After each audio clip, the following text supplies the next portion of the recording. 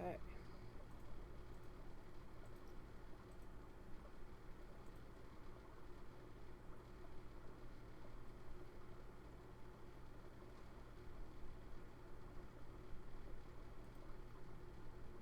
So I was just trying to get a link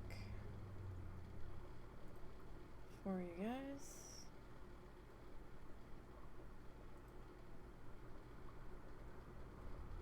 That looks about right. It's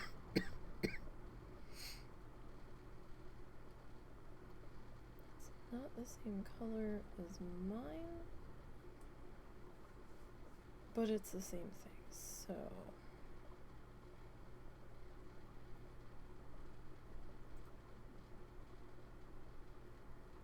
we can just grab that link there. Okay, so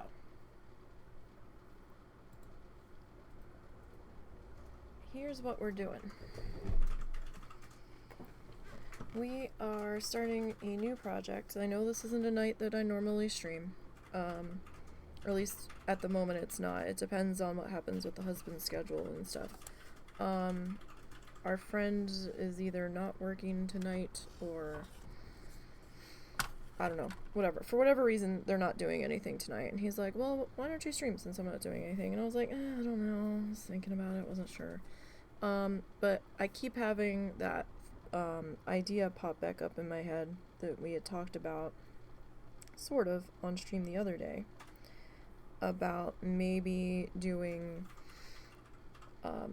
painting all of the Bob Ross tutorials, which, if my math served correctly, it's approximately 390 or 391, something like that. And I was like, we can do them in gouache, because, you know, gouache isn't as terribly toxic as the oil paints, and the cleanup's a hell of a lot easier, and it doesn't smell as bad. And it doesn't make as much of a mess as the oil paints do. I mean, I go through like half a roll of paper towels whenever I'm even just doing the little oil one, and then I don't... In the oil, it takes forever to dry, and I can't really do the oil on paper, because the oil mediums and stuff will fuck with the paper and everything. So, we're gonna start this project tonight using the gouache. And we just need some watercolor paper. This is the watercolor paper I had, and I'm like, fuck it, let's do it. So I spent some time trying to figure out what size I want them to be. And I'm gonna get a 3-ring cloth binder.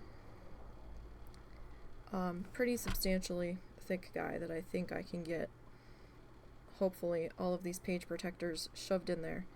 Because if I do 2 on each side of the page protector, that's 4, so I think I'll be able to get enough in the 3-ring. Doing the scrapbook album with the post extenders was gonna be a little iffy. That might have had to get separated into 2 albums, and I really want this to be 1. So, and we'll get the cloth covered binder so we can paint the outside of it. Because if we get like the vinyl or the leatherette or whatever the fuck they're talking about, it's more likely to scrape off or crack or whatever. So I was like, oh, well, we can go with the fabric one, that's fine. But I don't have the binder yet, so we can start doing the painting, because I have a file folder that I can keep them in. And we'll be starting with the episode 1 from Joy of Painting, obviously. From season 1, episode 1, the very first one. I will say the quality on the video is bullshit. Be totally upfront with you about that. And it's not great. So I don't think the colors he's using are coming across very well. Because the sky almost looks like Alien Invasion green, and I really don't think that's what the color is supposed to be. But, you know, there's a lot one can do about that. So we're going for 5 inches by 5 inches here. And I've suddenly lost the ability to make this thing work. So my space is a little small. We need the extender pulled out here. So can we get 5 inches out of this guy? I think this is the front here, so let's see. I think the measure line starts about there. Like, it doesn't have to be precisely 5 inches, but that's the ballpark of where I would, oh shit, how does this work?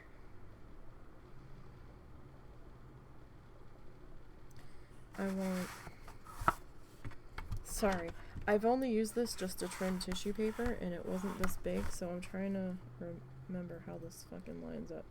I think it's supposed to be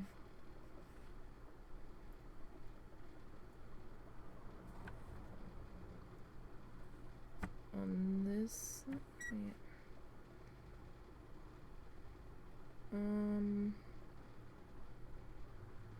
It's gonna be more than 5 inches though, right? From the line? I think. I am so confused. Well, we've got more paper if we fuck this cut up, so. Wow, that's a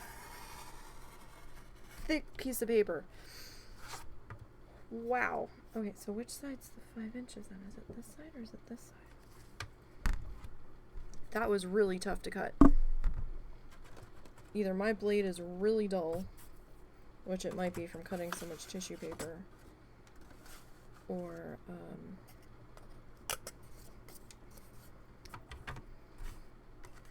let me see here. So if that's about there. Okay, so that, yeah, okay, so that's about right there. Okay, so we need this to be, oh shit, actually it needs to be a little bit bigger than 5, no. 5 inches is about the space I can get away with.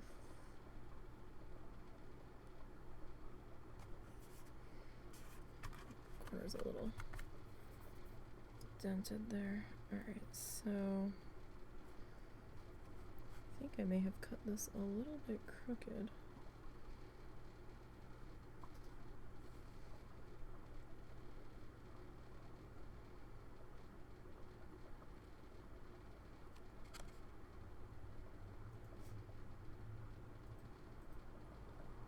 We did that first cut because I didn't make sure we were lined up on the grid going in the one direction. So yeah, that's definitely a messed up piece of paper, but this doesn't look too bad. I mean, it doesn't have to be 100% precise. I just like it to be, so I'm gonna go ahead and, well, should we cut this one yet? I don't know. I mean, we could, because we're here.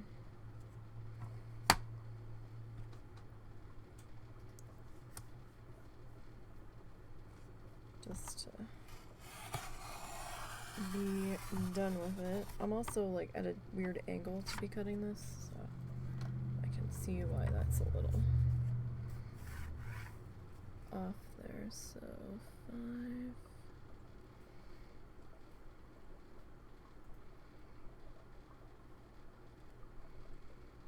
That's probably about where we roughly, like I said, it's not gonna be 100% straight, but it's gonna be straighter than if I was cutting it with a pair of scissors. I can tell you that much. Oh, they're pretty even. Cool. So the scrapbook is gonna, I'm gonna get a 12 by 12 binder, right? And what happens there? We'll go that way. And I'm gonna tuck you under there for right now. So the binder's gonna be like 12 by 12. And why is nothing cooperating here? Nothing wants to do what I want it to. No surprise there. This thing's like hanging off the thing. I guess that's fine. I'll stick you up there. This is just, you know, regular old cheap watercolor paper. Sort of cheap. Canson watercolor, 140 pound, 9 by 12. So we can get at least 2 of these guys out of here. Yeah, 2 to a page, I guess. We can make something with the little leftovers eventually. So we're going to be doing small again. That's just the way that's going to be. But if I want to get 2 to a page on the 12 by 12 inserts, then I kind of need to be small for this to work. I don't have to go this small, but I could go full size on the paper, but then I think we'll definitely be at this for eons. This is just masking tape from Dollar General, it seems. I have blue painter's tape, so I'm almost out of it. So, am I on the right side of this? I guess so.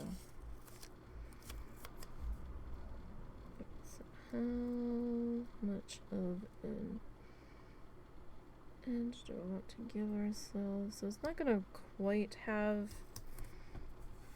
the full, like, writable white square, like on the Polaroid that I was originally talking about trying to do. But that's okay, because I'm going to try to only do 2 on a 12 by 12 piece of paper.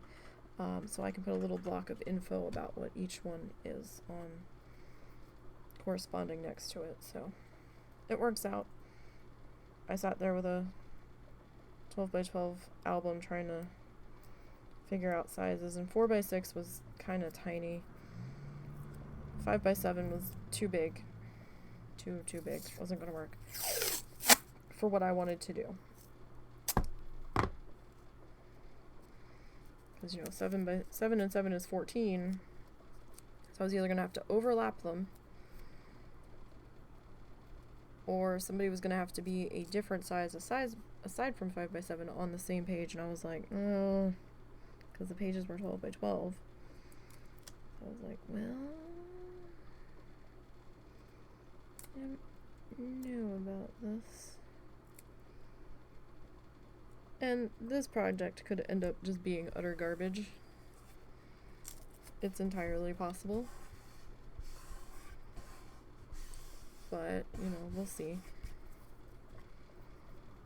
how things transpire here.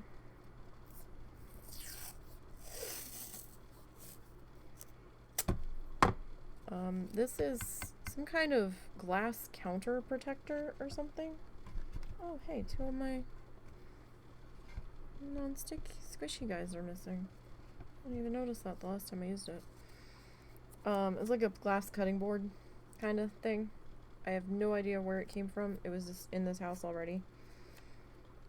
I tried to get a regular, like, plastic cutting board to use, and my tape wouldn't stick. So I was like, oh, well, shit. You could just tape this to your desk if you've got a surface that's gonna be okay with, water touching it. Like, if it's a decent laminate surface. We all know that my actual desk surface is not a thick laminate and doesn't like wet things, because our finished surface here in the background is ripping up with painter's tape that's not supposed to damage anything. So, I don't know that. I don't know what's up with that. Your guess is as good as mine on that one. Alright, so we're cut, we're taped down.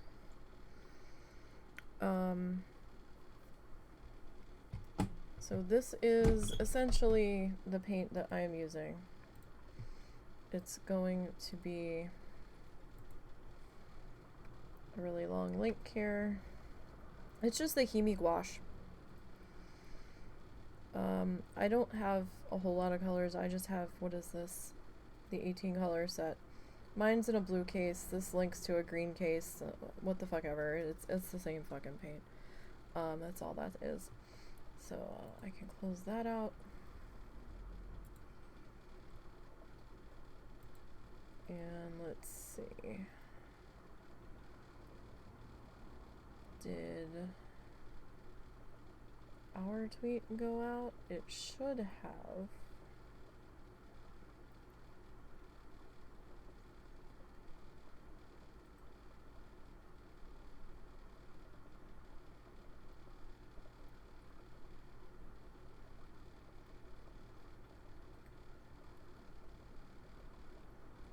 Yeah, okay, our tweet went out. Alright. So I can close that. Okay. So, since we're using gouache, it doesn't quite behave the same way. Well, it doesn't behave the same way at all as oil paint. It's kind of like if, what's the best way to describe this? If watercolors and acrylics had a love child, kind of, sorta.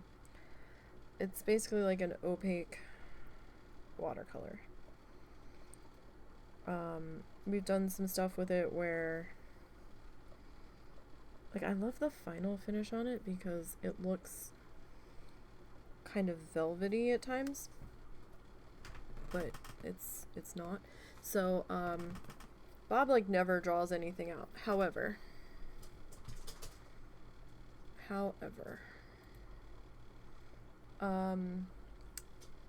I kind of want to sketch something out just a little bit, just so we can have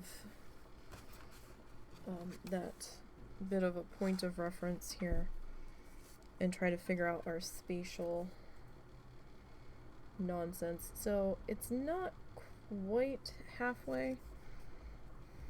Where's our halfway point going to be? So maybe, and it doesn't have to be completely exact. Maybe.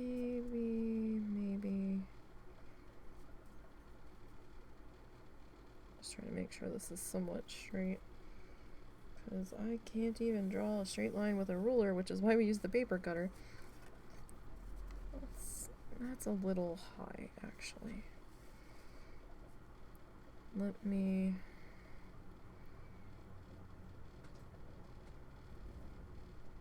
bring you down a little bit. That would be a little bit better here. Oh, what did I get on the eraser? That looked like paint on the eraser. That's not good.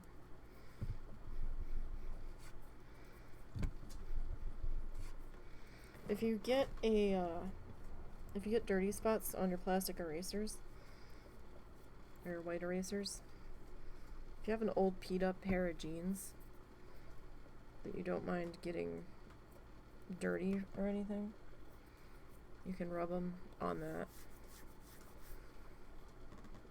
and it should help clean that up a bit.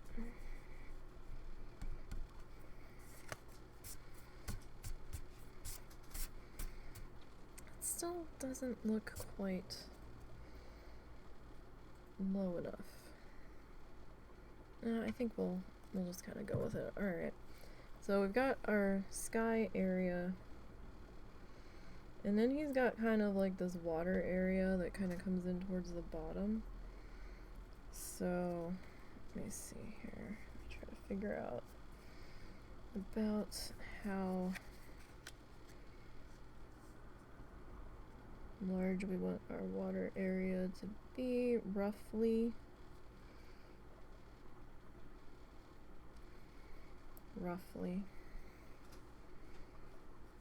Do I need to get him, or do you have him?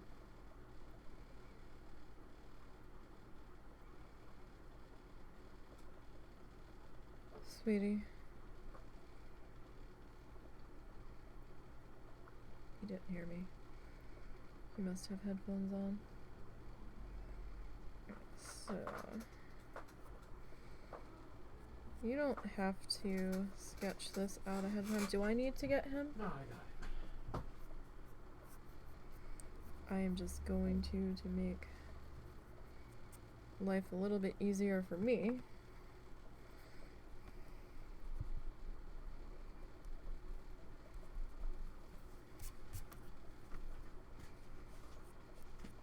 And my pencil is an F, so hopefully it's not leaving behind too much graphite. I didn't have a problem with the last one I sketched out ahead of time, but it wasn't that dark either. I don't know where my kneaded erasers are. I think I need to get a new one, honestly. Alright, so we've got some land coming down through here.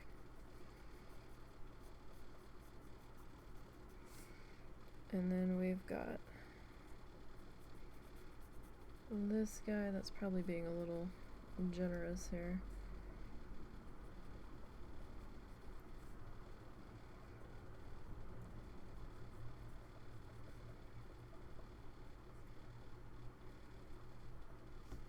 So this is kind of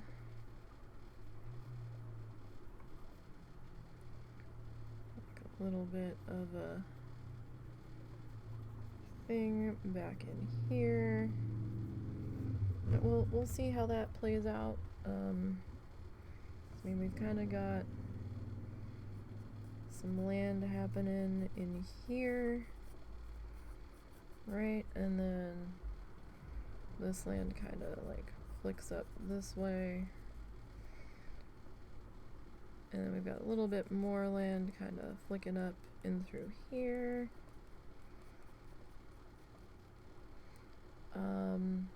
We do have a bit of an angled pathway, kind of. So I might actually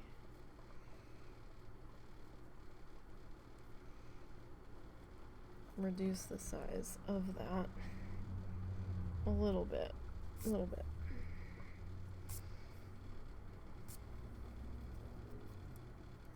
I know it looks weird right now. Trust me. It looks very weird to me right now, but maybe once we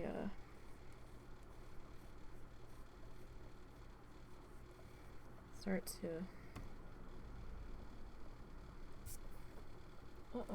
lost my towel. Come back here, towel. Our painting towel that I still have not washed recently. Really gonna wash that guy. I was gonna when I did laundry, and then I forgot. Alright, so there's a bit of a curved walkway here.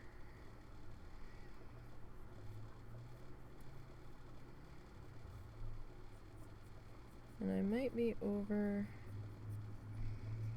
exaggerating this a little bit. Loud ass motorcycles. Okay, so maybe not quite that far down.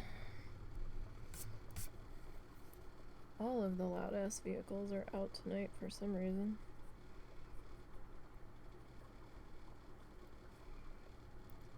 If we start out here, like we heard somebody like really getting into revving their engine earlier, right? And I saw the motorcycle sitting across the street in the parking lot, but I couldn't get a good angle on it.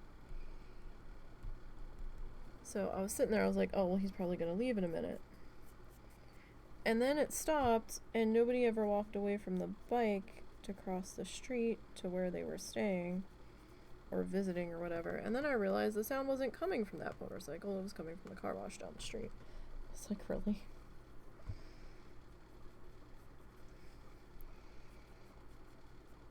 Okay, so I don't know how well mixing colors is gonna go with this and stuff, so we'll just kind of have to see how things go here. This is watercolor paper, so you don't want to have like any lotions or shit on your hands,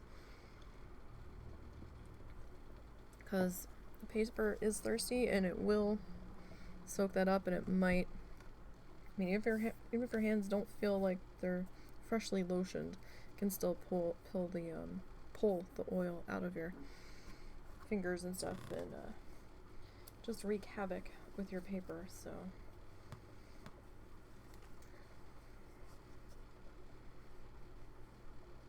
sorry, Charlie, no hand lotion before I'm doing this.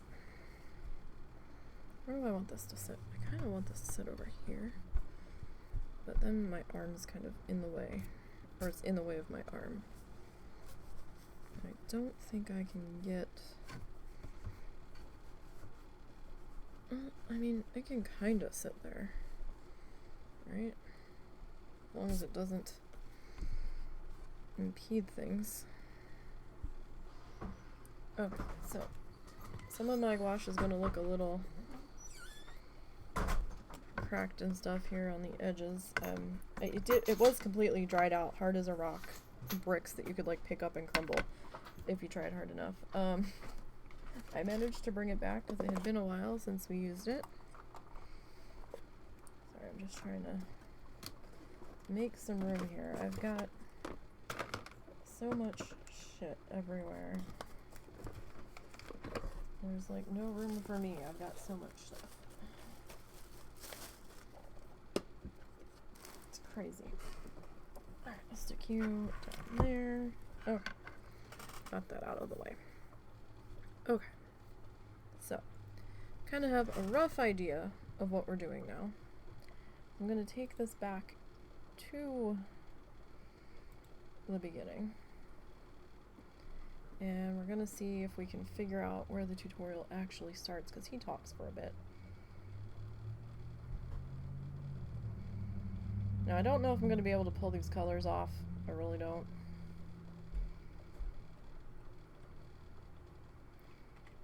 So, we're going to start it here. So he says phthalo green.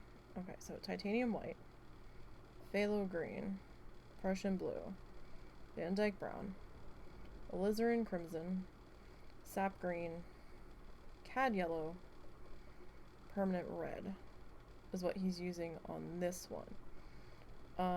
I don't really know if I have an alizarin crimson in here. The closest thing might be this like fuchsia color. So we'll see. He does some really weird ass shit with the sky.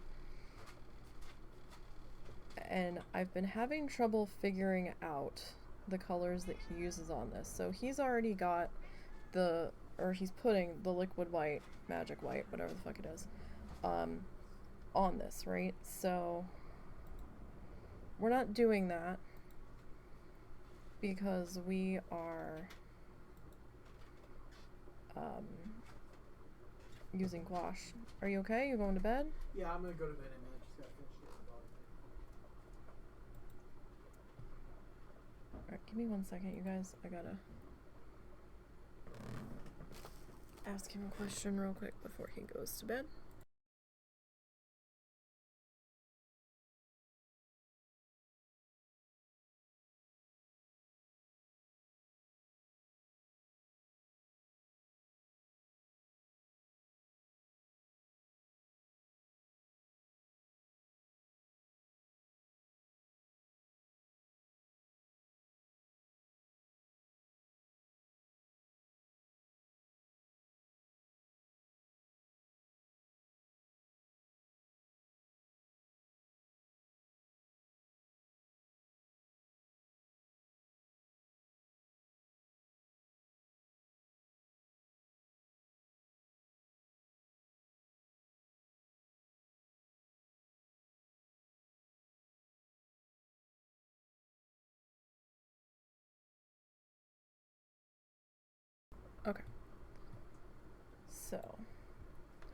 he starts out with cad yellow, right?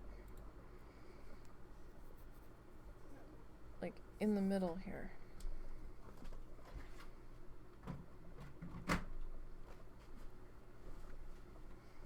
And then he takes the teeniest bit of phthalo green and kind of adds it to the yellow. Hold on, you guys, 1 second.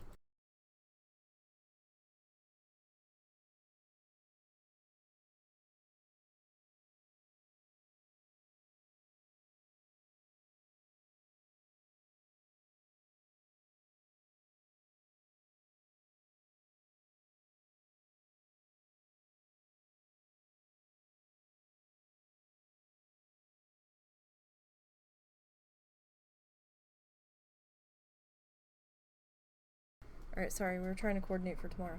So, he does a little bit of the yellow. Let's back that up, because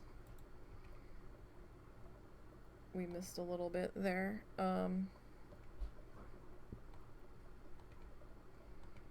Okay, so he does the cad yellow. And he goes back in and gets just the teeniest bit of phthalo green. And he kind of adds a slight halo around the yellow, right? This is gonna be tough. And then he gets some Prussian blue.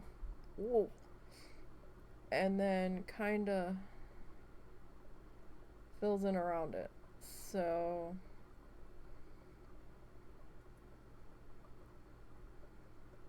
but it's kind of like all on the same brush. It just looks like the sky is green to me. So I'm not quite sure how we're gonna pull this off.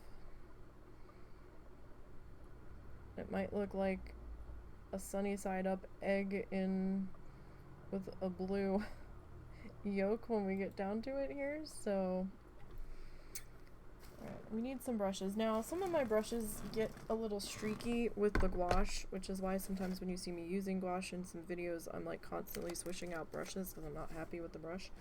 I never really know.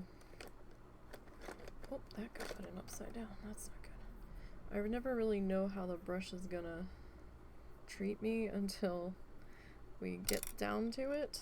But we'll see what we have for options here. These ones are okay, but they can get a little streaky depending on what the... Oh, damn, I just threw everything in there upside down. Shit, that was my good pointy one. That was a new one. Didn't mean to do that. Depending on what they're made out of. Oh, I've got a shit ton of brushes in here upside down. What the hell was I doing? What the bullshit was I doing? Alright, so I want one of my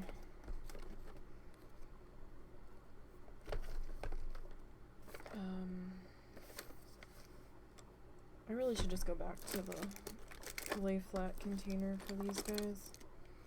I was like, oh, this will be fun. I can have them all pulled out where I can get to them real easy. And then I have the hardest time getting them out of this container. Maybe I just need a container that's not tapered. There you are. There's a specific guy I'm in here trying to get. Okay. Yeah, but some of these guys are so tiny, I might be better off. So these are makeup brushes. Can't remember if I got these from Dollar General or Dollar Tree. But yeah, these guys are makeup brushes. They tend not to shed so much. Did I seriously? Okay. I thought I taped it down crooked. I was like, what am I smoking today? For fuck's sake. Okay. These do stay wet a bit longer though. So a little caution on that. Alright, I'm just gonna get one of these wet and kind of drain off most of the water. I don't know how much water these guys retain. So the gouache is kind of like a watercolor. You can dilute it down to pretty much that of a watercolor consistency, if that's what you're going for. I'm not quite sure how we're gonna blend this stuff today. Sorry, all the little fuzzies ever.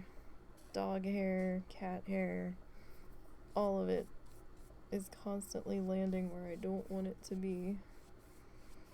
And of course, because it's a white piece of paper, it's gonna start showing up like crazy. So I might start out with this as like a diluted, just drying that off there, as like a diluted version, and then lay into it a bit more as we go. So I've got a little eyedropper guy here in case we need some more water. Makes it a little bit easier. So he started out with, actually, some people use multiple cups of water. I do sometimes.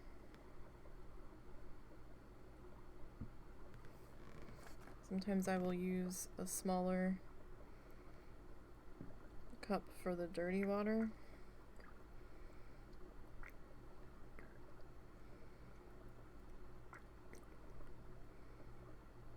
I have another bottle of water here though, if it comes to it. But sometimes it's just easier for me to use the same cup, but I think that's the closest I have to phthalo green.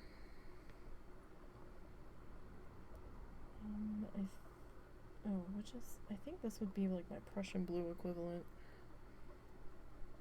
And I think that's my titanium white. This set came with two whites. One's like kind of sort of a mixing white. And it's a bit more transparent than the other color. So this stuff, I know I've seen some people run into the issue with the jelly gouache where it's gotten moldy or mildewy on them. I have not had that happen. I've just simply had mine like completely dry out. So I don't know if that's just because of how dry the air seems to be here all the time, or how dry our house is all the time, or what. Okay, so I think I want that a little bit thinner. Now I've not really tried any other brands of gouache, but I figured this would be a good way to use this gouache. Maybe we can switch to another brand later on. Who knows? Alright, so this paper is, yeah, the paper's like dry as a bone. Paper is dry as a bone already.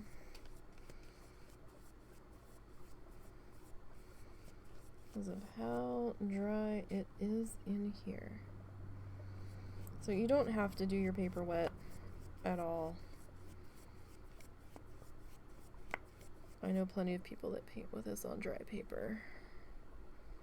This is just something I'm doing. I kind of like to wet it down and kind of get like a real watery base on it.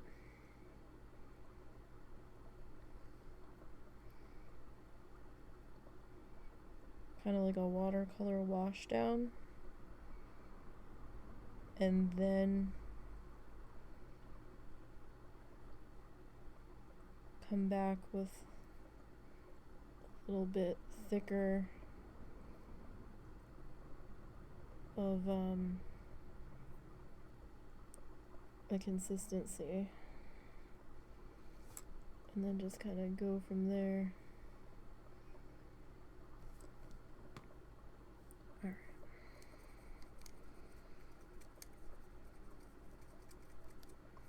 See, I don't have a dump bucket today.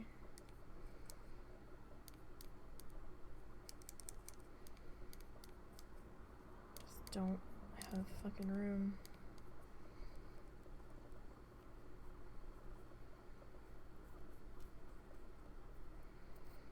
Okay, so I'm gonna grab what I think might be our phthalo green. It was pretty teal. I mean, probably don't need quite that much. But yeah, I mean, I just added some water to it, and it took me, now, don't get me wrong, I was able to bring it back to life, but I had to put quite a bit of water in the cups, and then I had to let it soak overnight. So, you know, it wasn't like, it was good in like a half an hour. I let it soak overnight. That's how dried out mine was. Like, they were crumbling and falling out of the cups and things. Yeah, I don't know if that's quite phthalo green, but I think it's the closest that we have.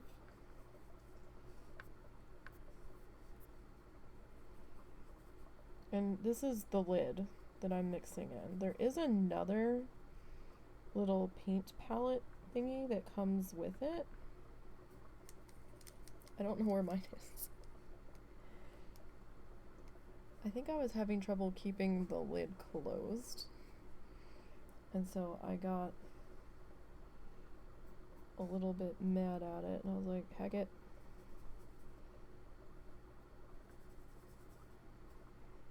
Alright, so I'm gonna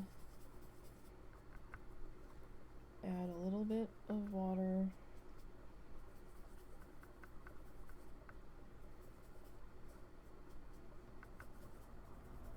to this. I know a lot of people like to mix with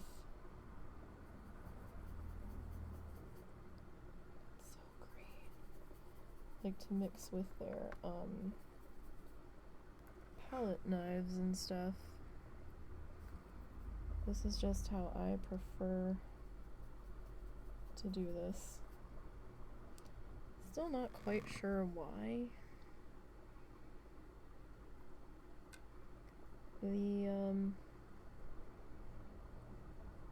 the green halo ended up happening. Now, we can't really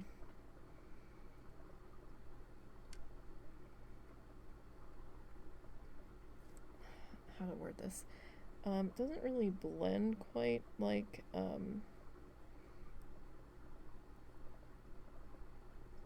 other paint does necessarily. I mean, we can get it to blend.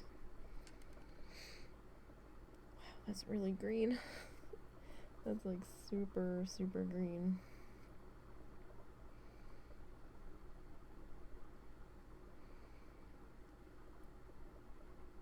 I mean, we can try to make something happen here, but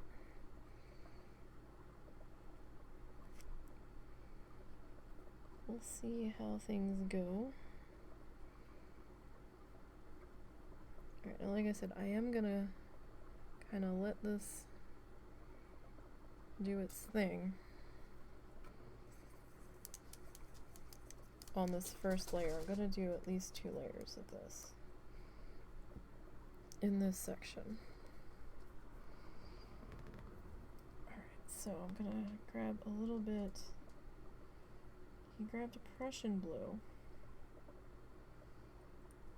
I don't know if this is quite Prussian. Well, I mean, it's probably as close to Prussian blue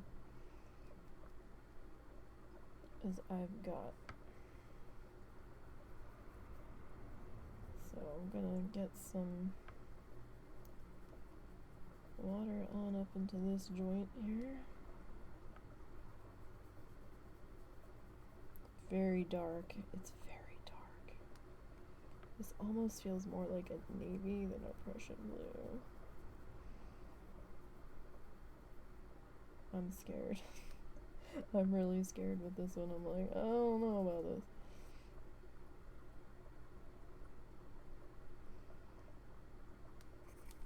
I'm actually gonna try to rinse that.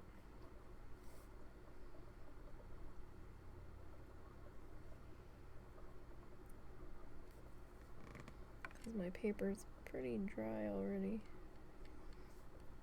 Oh my goodness. Okay. So, Bob does crisscrossies, but they're not really gonna help us too much here.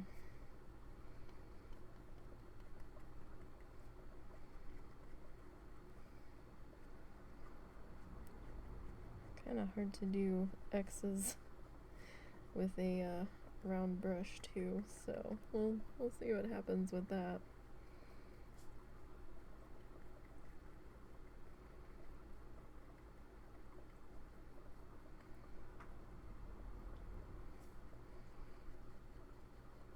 Probably why a lot of people's ended up looking quite so green.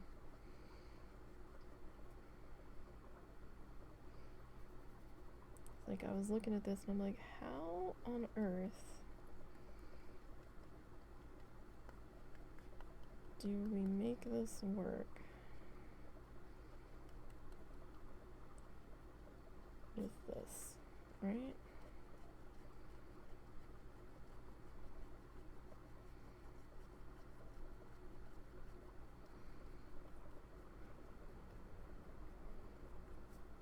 So then he comes back in and then he kind of is like blending it out almost, but I think we totally fucked up with that last little paintbrush pass there.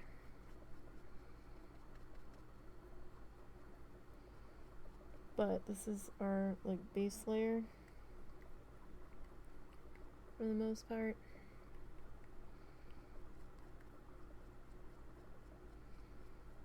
So we can definitely come back in and make some adjustamentos.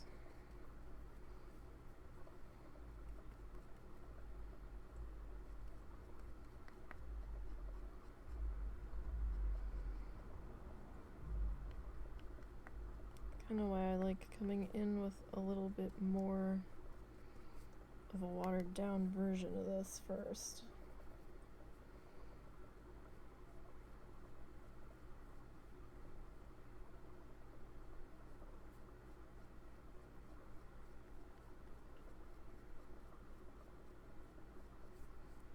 Then I kind of have a better idea of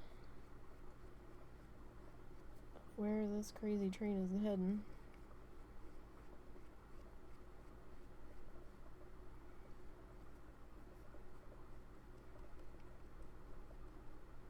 And what to expect here.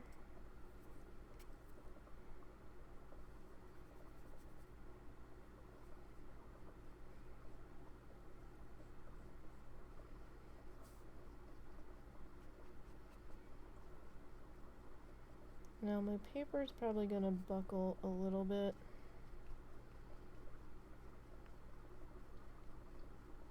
From the water that we're putting on it. We should be okay though.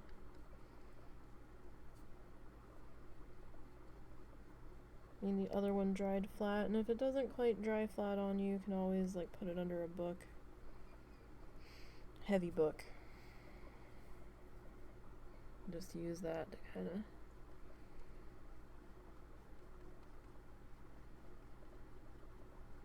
get him sorted out there.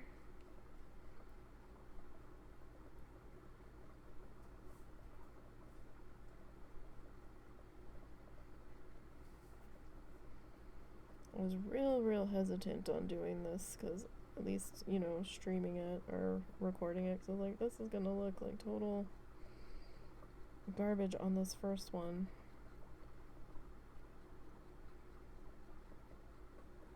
Just because I know how rough this first one looked.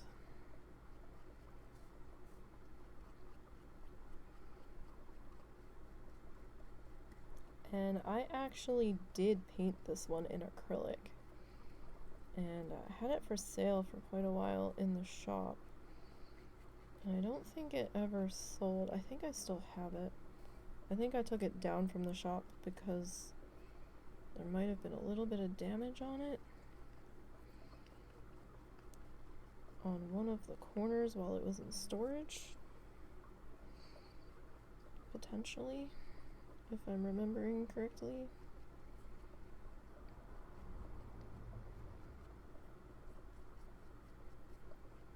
Okay, so now I'm gonna rinse my brush here, and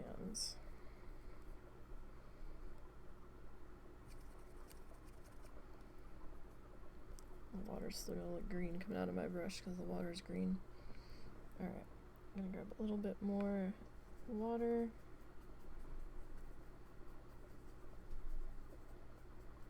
Water is definitely very green. That still looks pretty yellow though. There we go. Oh, hello friend. All the little micro fuzzies come out to play whenever I bust out the watercolors. Alright, so I kinda wanna... Oh no, that did turn it green. Okay.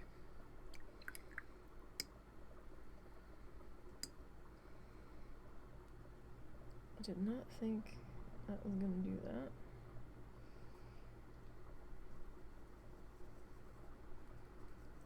That went a lot more green than I was expecting it to.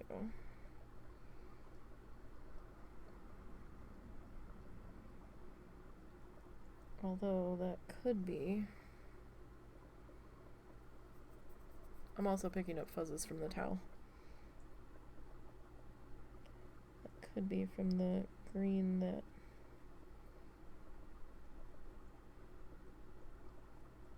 was already down here.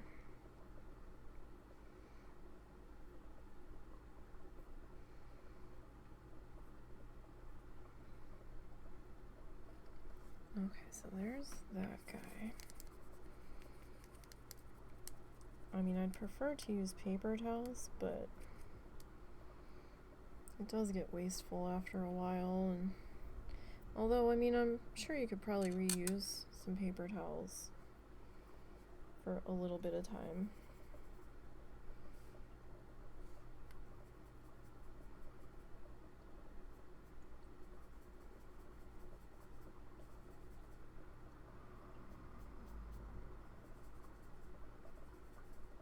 So I'm just grabbing a little bit more yellow into our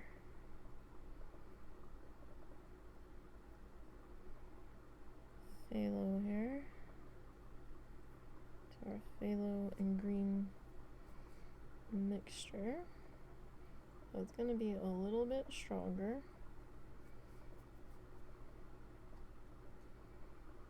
This time.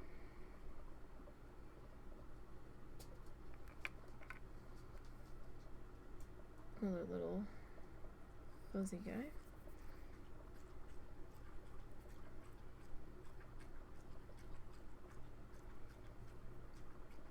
And we'll just kind of get this worked into here a little bit.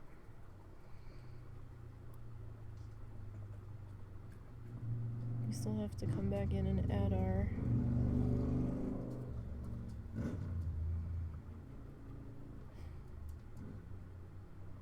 pretty sure that's one of the guys from earlier that went by. Add in our yellow in the middle, or white in the middle, so let me rinse that.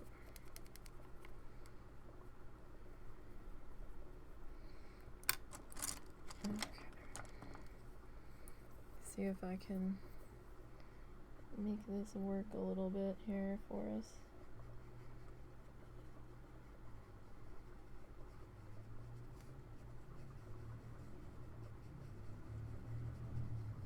Somebody's enjoying pretending they're drag racing down the street, it seems.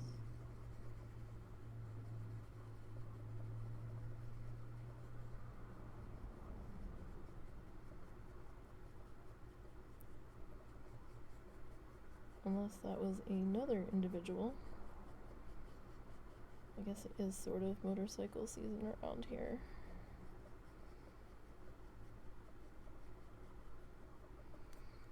Alright, let me see. The only bad thing about using these guys is the makeup brushes take a hot minute to dry.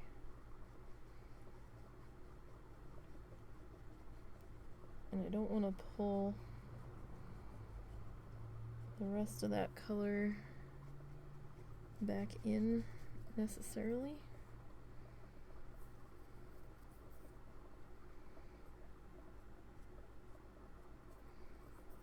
Getting like all these little micro fuzzes.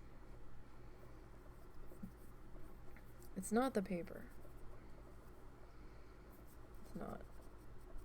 It's little fuzz coming off the towel there. So I need to grab just a small amount of our, that was too much. See, are you gonna turn green?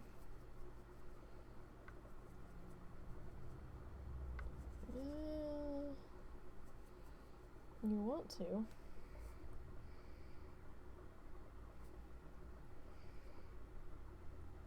Definitely want to. So I think this is our titanium white. We kind of want a little bit in the center there, but that looks so very white. Just gonna come back in with a little bit more of our yellow.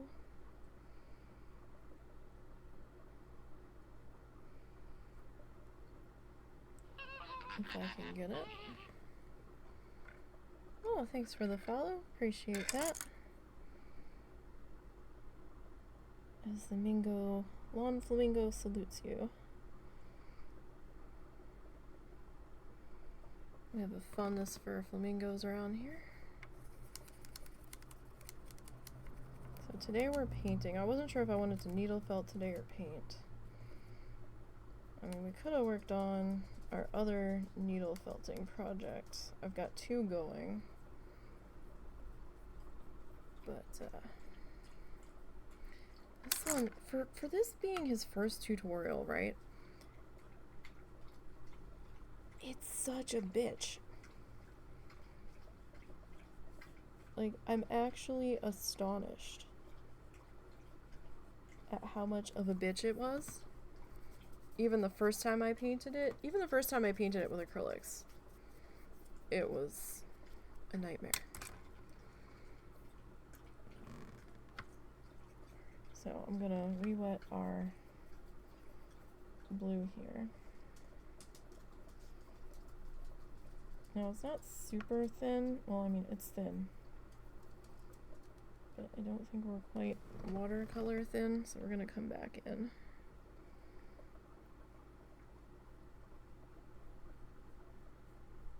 And see about... I'm gonna kind of take it right up to the edge here. I'm gonna add just the slightest bit of extra water there on my brush, just as we're kind of coming into the edge there. And I'm gonna see if we can... I really want to get some more of these makeup brushes, but I might have just fucked up that blend there.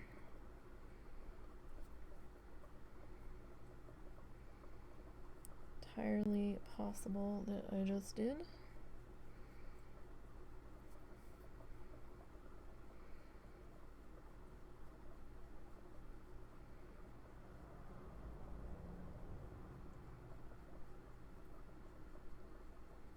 So since I think I did, I think I fucked it up, I'm gonna like come back in around the edge here.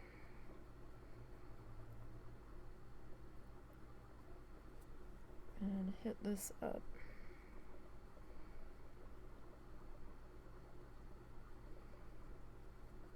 Quite a bit first, right? Alright, I'm right-handed, so whenever I have to go to the left, my hand's gonna be in the way, and I do apologize.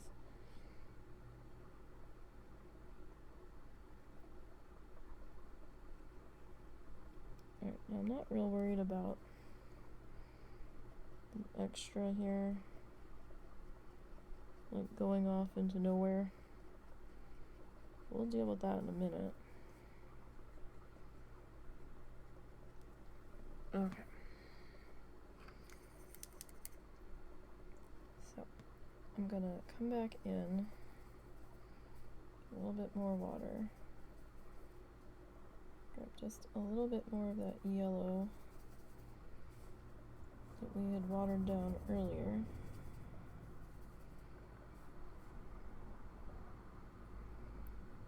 Just gonna kind of retouch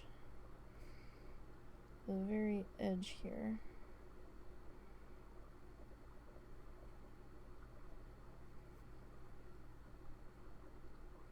And see if we can bring this back into line here. I think this is just gonna be one of those ones where I'm just gonna like hate it no matter what. Alright, so my other brush is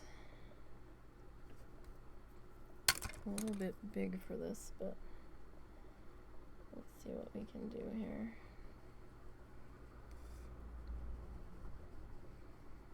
We can at least get this edge blended out pretty good where these guys are meeting. Then I can worry about the inner circle, and we'll probably end up blending back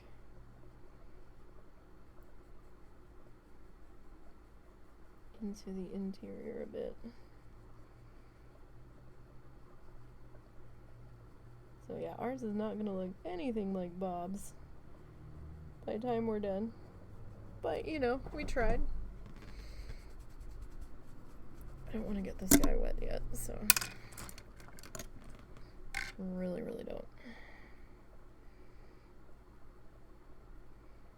Just gonna see if we can take another dry brush here and just kind of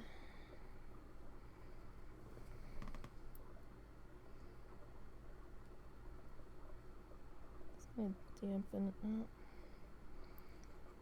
Dampening that didn't really do us any favors there. My palette, like the lid of this thing is blue, right? So the yellow already looks a little green to me, so I'm like, shit, what color do we have going here? So I kind of wish this was a little bit whiter. Kinda.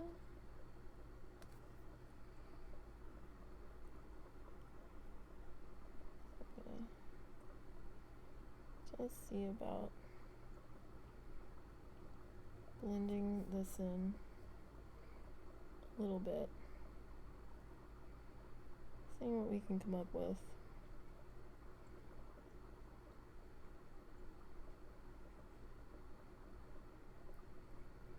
Like, I really don't want it alien ships coming down, but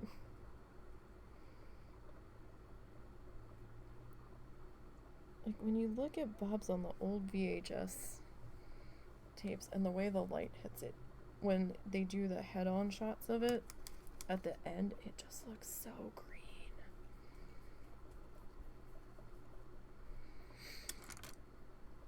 So freaking green.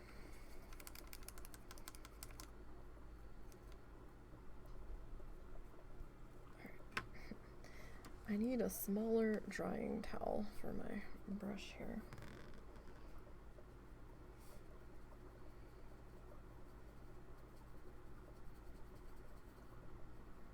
Don't know if I'm gonna have to re-wet our paint at all, or rinse our palette at all here. Let's see, are you gonna be green? You actually have taken on a slightly bluish hue. Why? The magic of VHS tape. Sorry, I'm a little dyslexic. And some letter combos I just want to flip. That was really difficult to get out there. Like a crystal ball. Yeah, I know, right? I grew up in the time of VHS tapes, so it's just amazing. Either the color's off on my monitor, which is entirely possible. This monitor's pretty old. It's not even a real computer monitor. It was an old flat screen, like 9-inch or 13-inch TV we had laying around. And it was the only thing I had cables for that would fit. Okay, now we're gonna see if we can fix this sky a little bit better here as we bleed out towards the edges.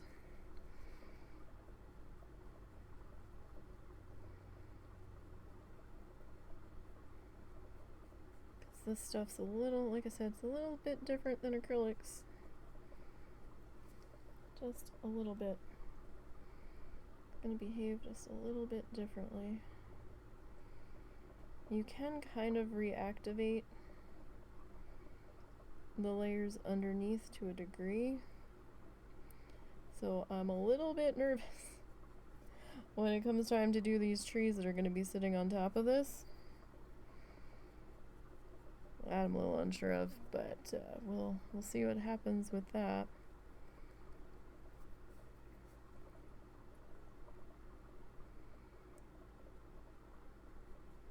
The acrylic gouache, I think from Holbein. I'm not sure if anybody else makes acrylic. I'm sure somebody does. But the acrylic gouache, you're not supposed to be able to reactivate it.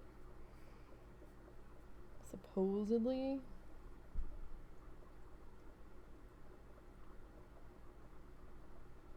Why did something just sound like it thumped against the wall? I know you guys aren't going to be able to answer me. And logical answer would be, because it did. But, nothing should have. So my brain's like, what was that? It was probably a cat, more than likely. So this is not acrylic gouache. This is just the Hemi jelly gouache. So we're gonna see. I'm not real happy with how that's getting streakified in there.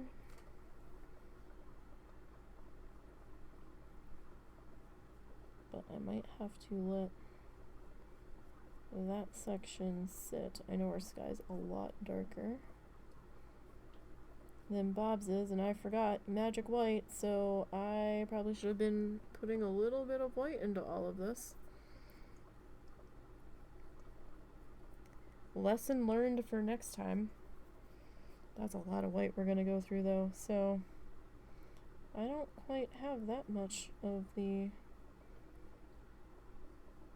mixing white here. Well, maybe ours is a nighttime scene. Maybe that's the glow of the moon instead. Who the fuck knows? So we'll see. We'll see if this project... this is going to be such a long haul project. Attempting to do every single one. of the tutorials. I'm sure I'm gonna have to get more gouache eventually. And we'll end up putting them in a 12 by 12 3-ring scrapbook binder.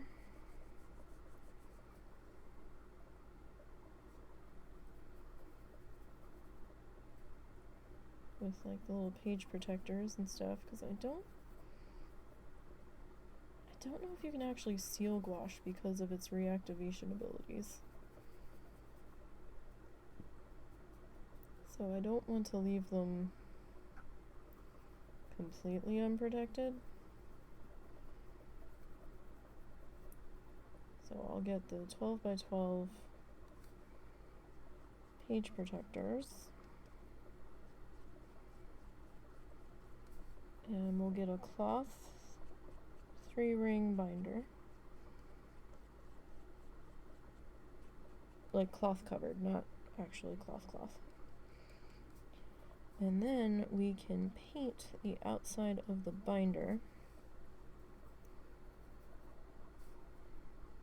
I don't know if we'll be painting it with gouache. I mean, we could.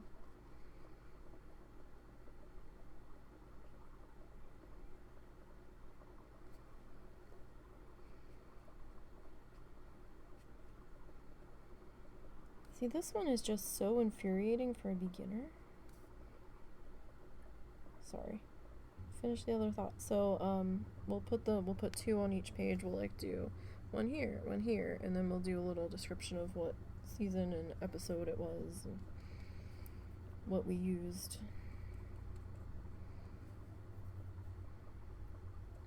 I kind of do want to try the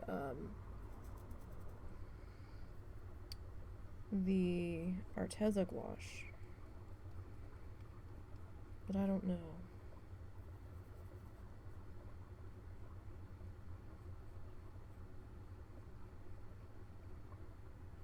I mean, this stuff was a little bit easier to activate or reactivate, shall I say, after it dried out, because it was in the cups. But I don't know. I don't mind Arteza's acrylic paint. I have a love-hate relationship with it. I usually use just the cheap-ass acrylic craft paints. I've always been able to get that to behave a bit better for me. It's what I'm used to. It's what I prefer to use. However, it's not that I don't like the Arteza stuff. The Arteza stuff, the acrylic paint, dries so fast on my palette. So fast that I can only put out like a teeny tiny pea-sized amount at a time. But if I add water to it and use it on watercolor paper, it's great. I love it.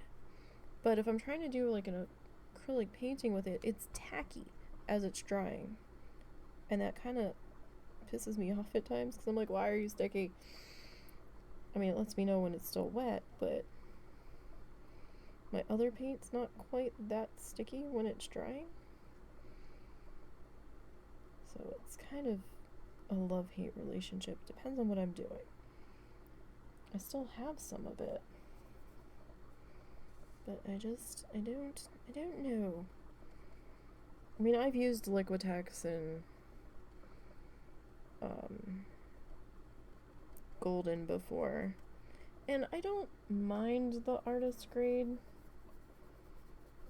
acrylic paints. It's just I find myself sitting there and thinning them out anyway,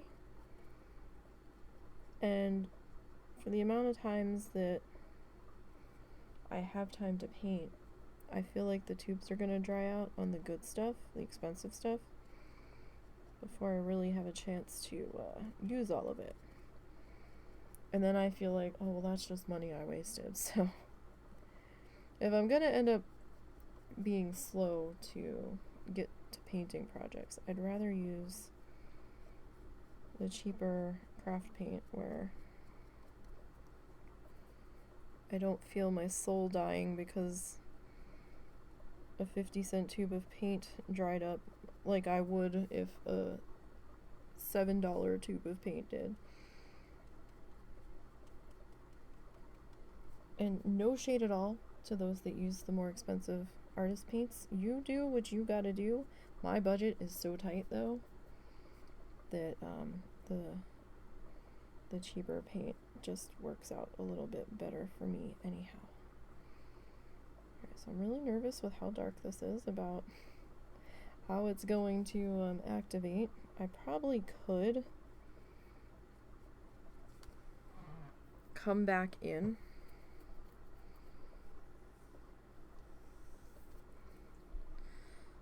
with a little bit of white mixed into that.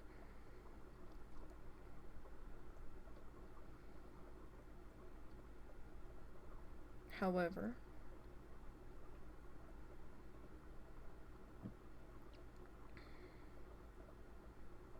then that's going to throw the tone off on the yellow area. The yellow-green. Maybe we're on Mars. I still might have to come back into that. So how are you, Holly? Hope your day's going alright. I don't know how I feel about that yet. It's still wet. Do I want to come back? Do I want to lighten that up just a little? I mean, it's gonna throw everything off then. No, we're gonna leave it. We're gonna leave it. We're gonna accept that it's just gonna be that dark. And that's all there is to it. His is nowhere near that dark. Absolutely not. So this is why I was saying, this must have been such a frustrating first painting to follow for him. I really wish I had remembered about the magic white. Adjusting that color to match, but you know what? That's fine. It's fine. We're gonna let it be. We're gonna accept it. Alright, so let's go ahead and advance the tutorial now. I do have the sound off on the tutorial. So if you all want to go see that, there is the link to the tutorial of this on his YouTube page. Alright, so he's blending it out. Just looks so green. When he doesn't, I'm just speeding this up a little bit. Alright, so he's rinsing the brush, Rip Devil, all that. Okay, so trees. So he's gonna grab some alizarin crimson, Prussian blue,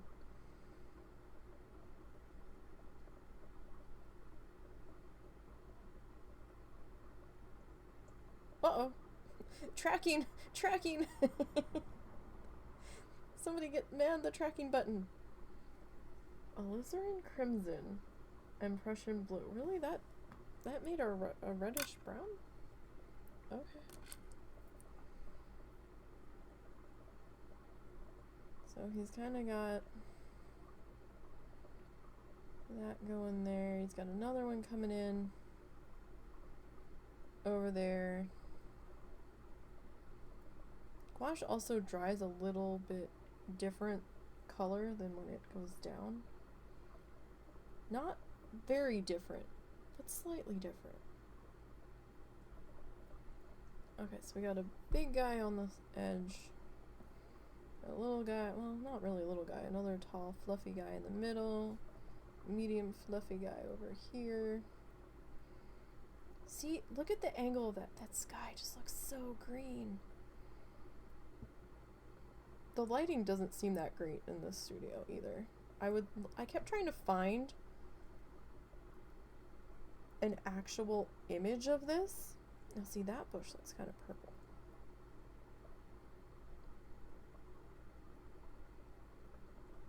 He must have gotten in a little more of the blue on that one, unless it's the lighting in this studio. I don't think they were properly set up for him since this was the first season and they were just kind of basically throwing spaghetti at the wall to see what would stick. Okay, so that's gonna kind of come down pretty much to around in here. Okay, so hold that thought, Bob. Can we... Alright, so we're gonna hold that image there. So he said he took alizarin crimson. So this is kind of like a fuchsia color. I'm not really sure how close to alizarin it is. I have to keep adding water to my gouache because it's liking to dry out here on me. I don't use it that much, so I do think I want a different brush though. Let's see here. What are our options? Got this. Got that like angled guy. Maybe we'll try him. Maybe. I don't think I've got a small enough flat. Well, that's another option. Okay. I've really got to go back to putting them in the flat container. Okay. So we'll see what this color mixture looks like. I'm not sold that this is gonna work, because this is more of a fuchsia than like a proper alizarin, I think.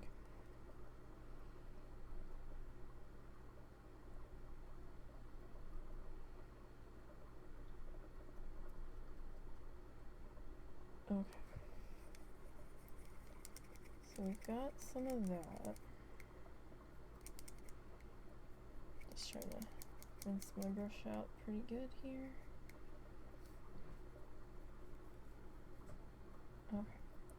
And he took some of the Prussian blue.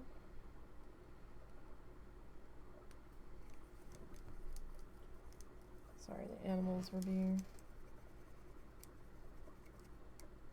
weird again.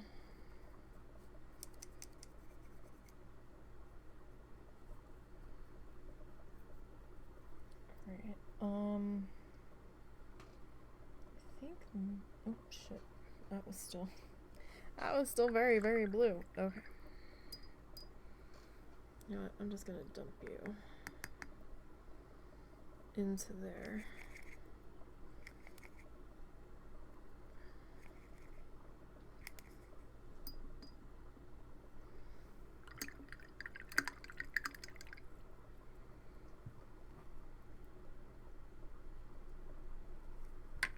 I need... The whole last painting I did was like heavy on purple and green and stuff. I didn't really have too much trouble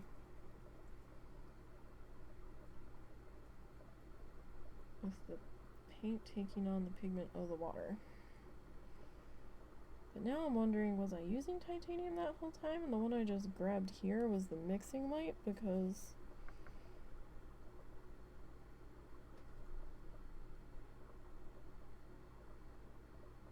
look how transparent that one dried. I wonder if I had them reversed.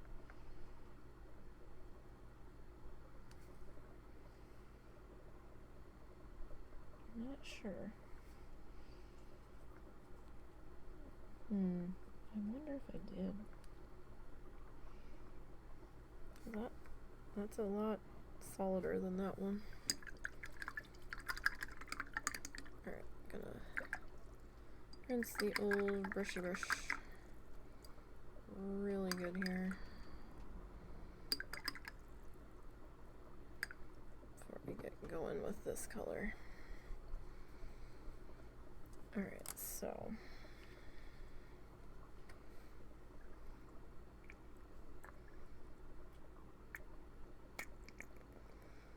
This eyedropper picks up water with like no problem, but it doesn't want to let it go.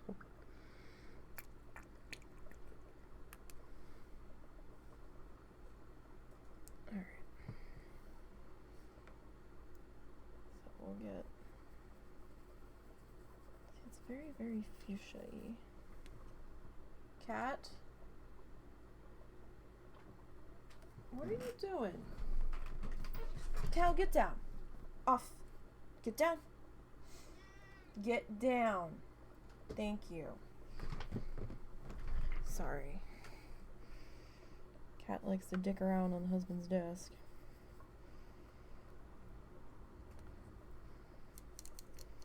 Walking all over the keyboard. Knocking shit everywhere. And he knows he's not supposed to be up there. Alright, so I'm just kind of adding a little bit of water to our options here. Now, his is very brown, or reddish brown. Not sure how we're gonna pull that off, but okay. 'Cause don't red and blue make purple, Bob. I'm just confused. It was so red.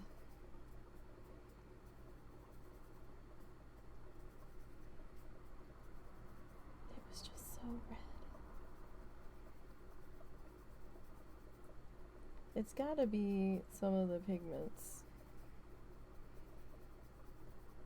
'Cause that's fucking purple. I mean, right? Even if I add...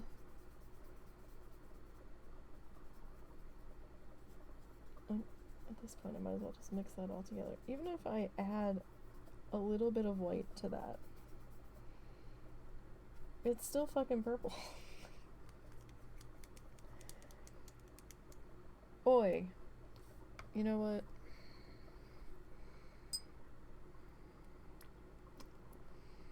So here's our options. We can either add a little bit of actual red, or we can add some of this like sienna color.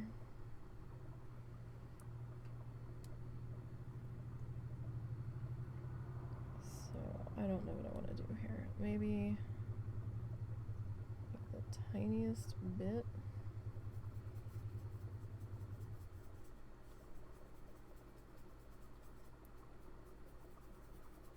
Red to it.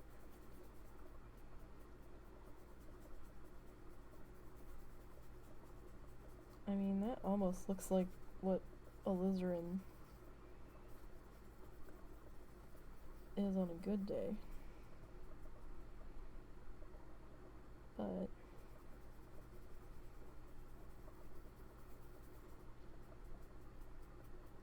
I don't know. I think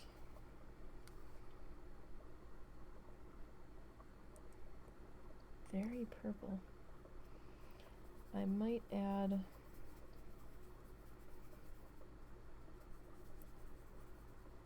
a little bit of that sienna to it. I'm probably just making a mess at this point, but let's see.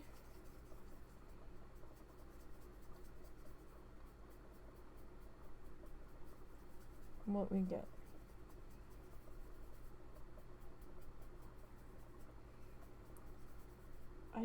I feel like he said the wrong color, but you know, it might just simply be what those pigments were.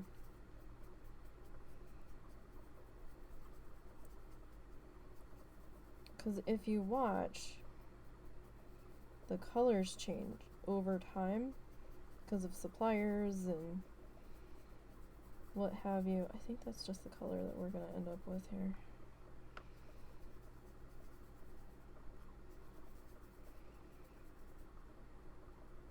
I mean, it's kind of like a black now.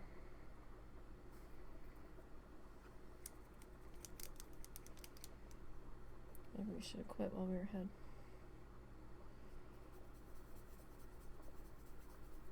That's kind of turning us back into a plum. Not quite eggplant.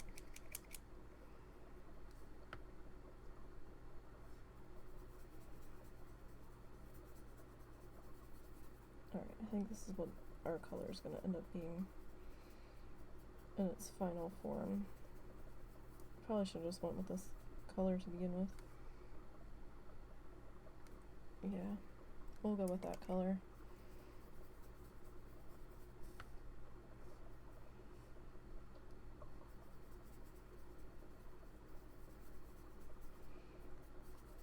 And even though part of me wants to add a little bit of white to this, I think I'm gonna hold off. Mostly because it might fuck with everything we got kind of happening here. Although now that our sky's dry, I really hate how streaky that is.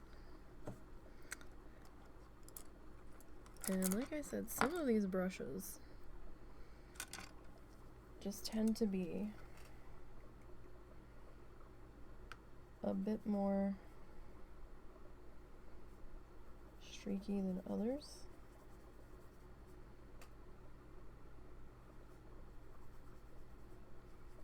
It drives me crazy.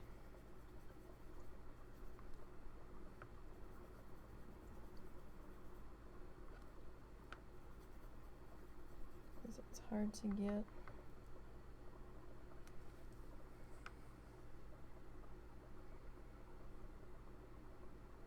good coverage on them.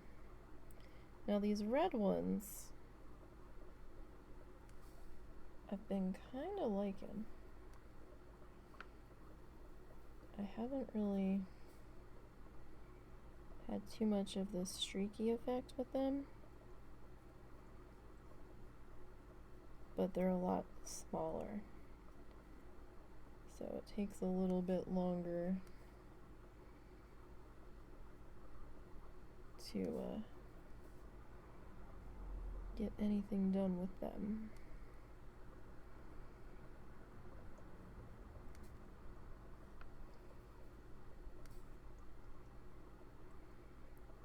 But it looks a lot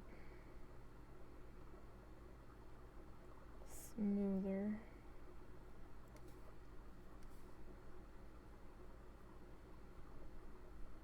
I think.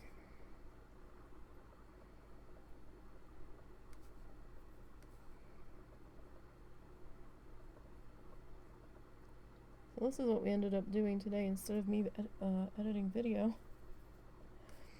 I blame the husband. He's a terrible influence.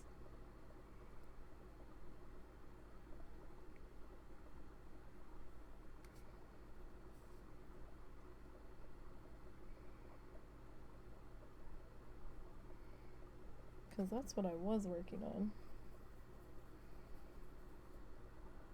And then he's like, oh no, you should do something.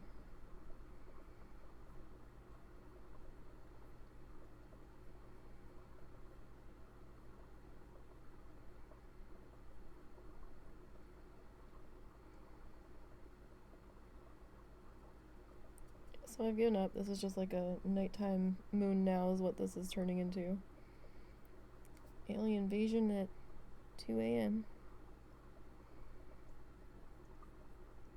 Looks nothing like Bob's. Absolutely nothing.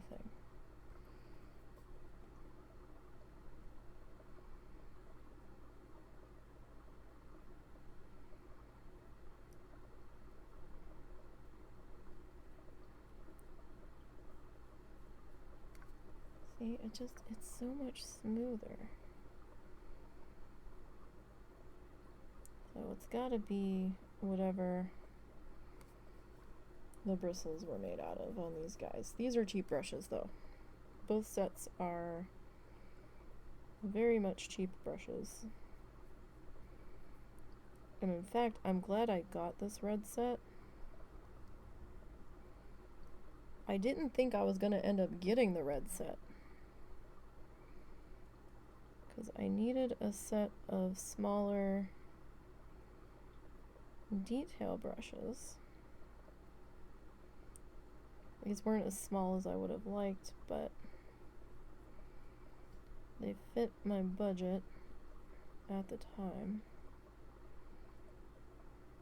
And since we're not painting as much as we had been, I can't justify getting a bunch of detail brushes right now, so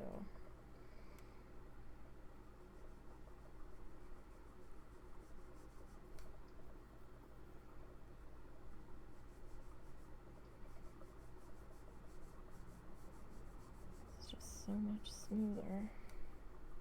It's astonishing.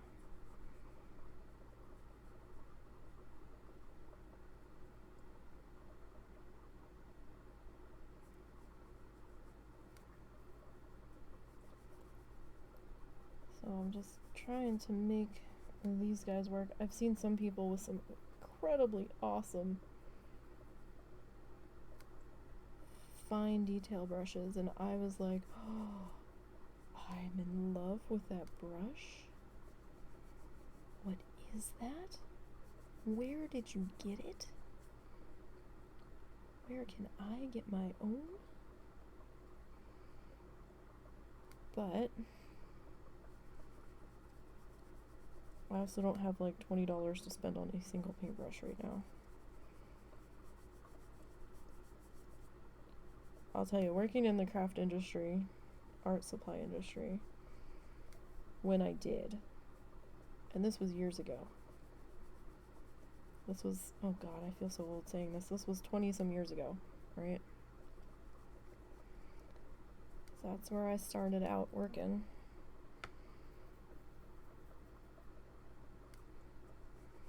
And I would see brushes before I really got into doing stuff that would look like there was like 5 hairs in it and had all kinds of plastic protection around it and shit, and I'm like, this is silly. Like, who would need a paintbrush like this? Like, why?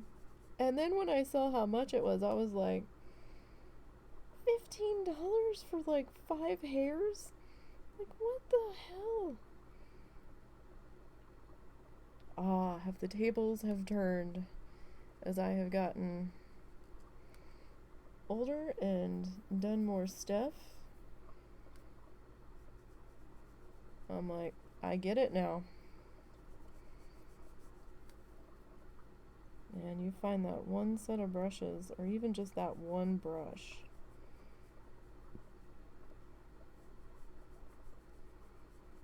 and it is magical.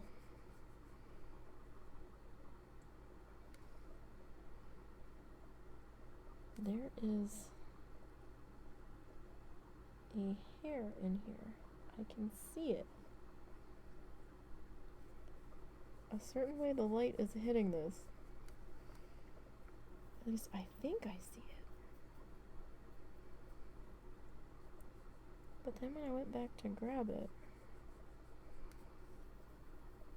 I didn't see it anymore.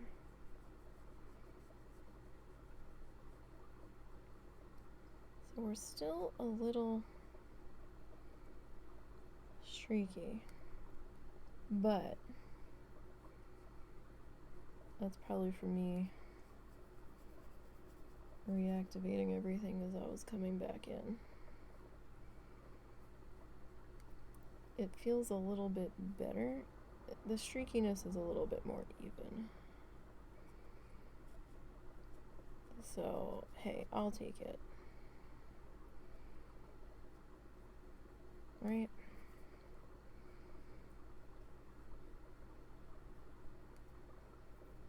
I'll take that.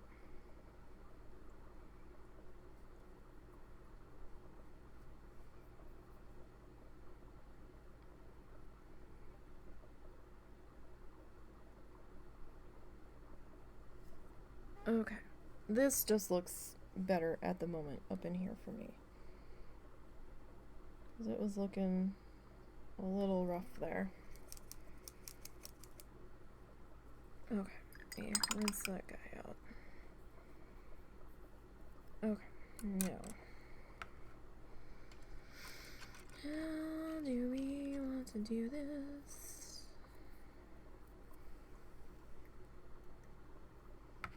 And this brush feels ancient. I've had some of these brushes forever. Come to think about it.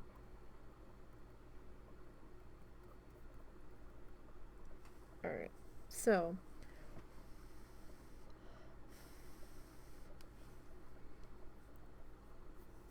I'm gonna let up there dry out a little bit before we get too carried away here. I'm gonna add a little bit more water and I'm gonna treat this section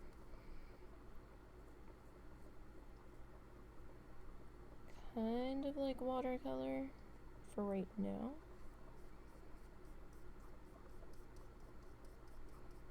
That's kind of got that reddish brown look to it that he ended up with. We just got there in a slightly different way, you could say.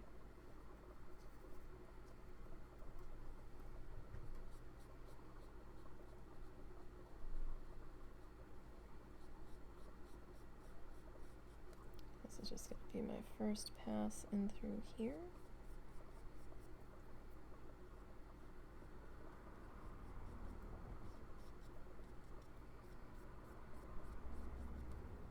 Just to kind of get the lay of the land and give the other stuff a chance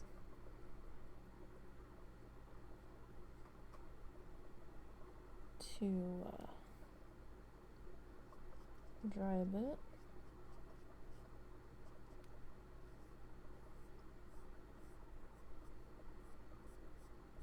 Yeah, so I'm kind of mad at myself over the sky being quite so dark. I really didn't want it to be that dark. Oh well.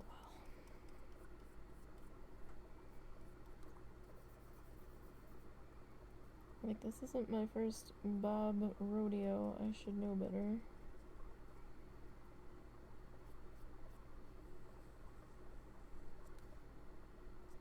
But that's kind of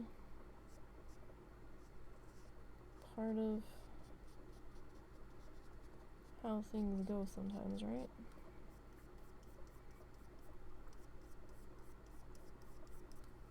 We all make mistakies.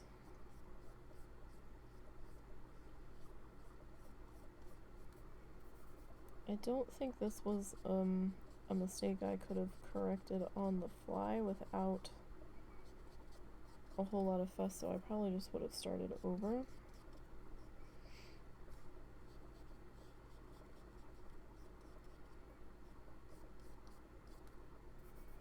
But you know what?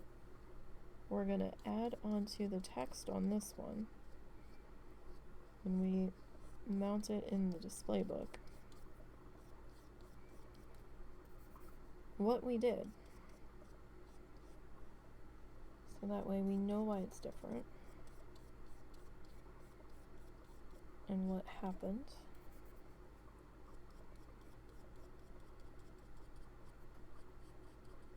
And that's why ours just looks different.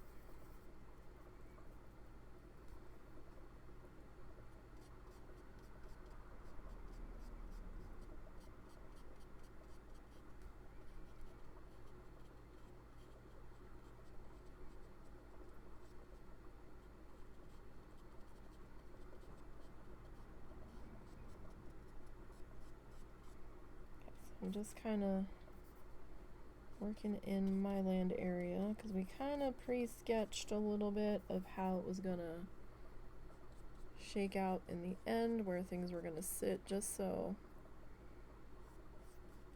it was a little bit easier for me. Now we're gonna need some more of this like landish color that we're putting in now once we get down into here, but we'll worry about that there.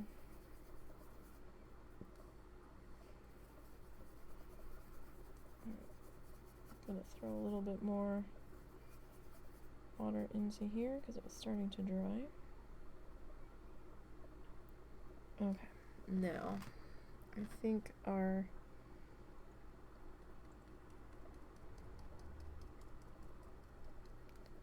did this go? This kind of went almost all the way to the top. I think we can get our trees started to be worked into here.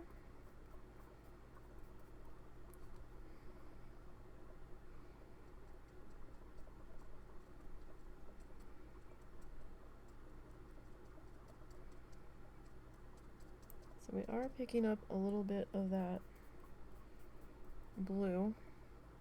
And I've heard people say even in the, well, I've heard some people say that even in the acrylic gouache that certain shades seem bound and determined to reactivate no matter what they seem to do with it, so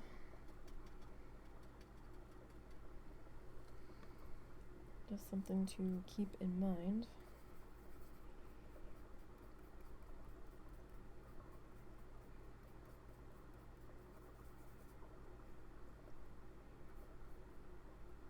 Okay, so there's one. We've got another guy that's kind of sitting about here-ish. It is all sorts of fucking crooked. All sorts of it. You can kind of see it. Hopefully, as this guy dries in here,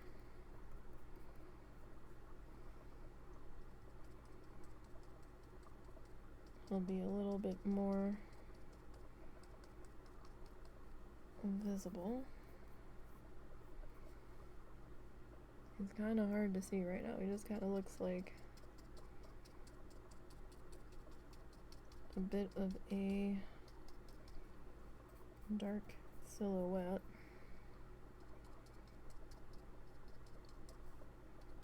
Because of how the lighting is here.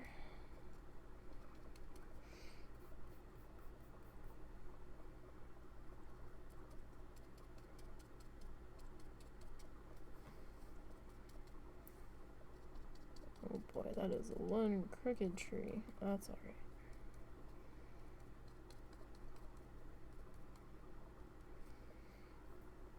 Say that's okay. Alright, if crooked trees are the bulk of our problems here, then we're doing pretty good. Alright, we got another big guy kind of hanging out over here.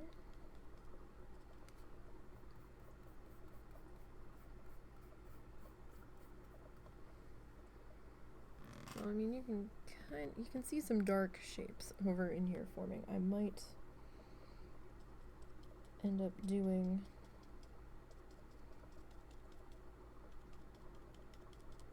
a second pass on these guys. Might mix a little bit more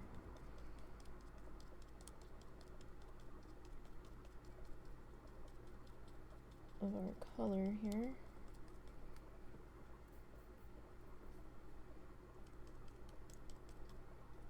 Just to kind of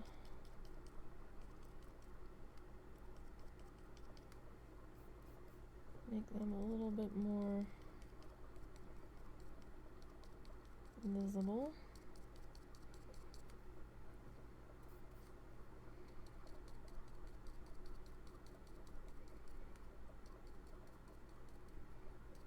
Now I know I didn't do anything in there yet, and that's kind of on purpose.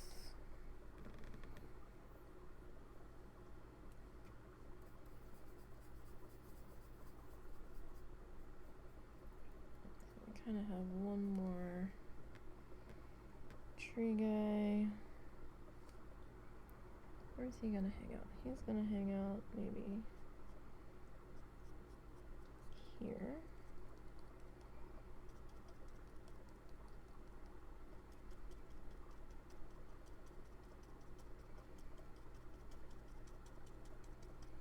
kind of hard to gauge quite how big Bob's trees are sometimes, and to kind of translate them down into what the heck we're doing.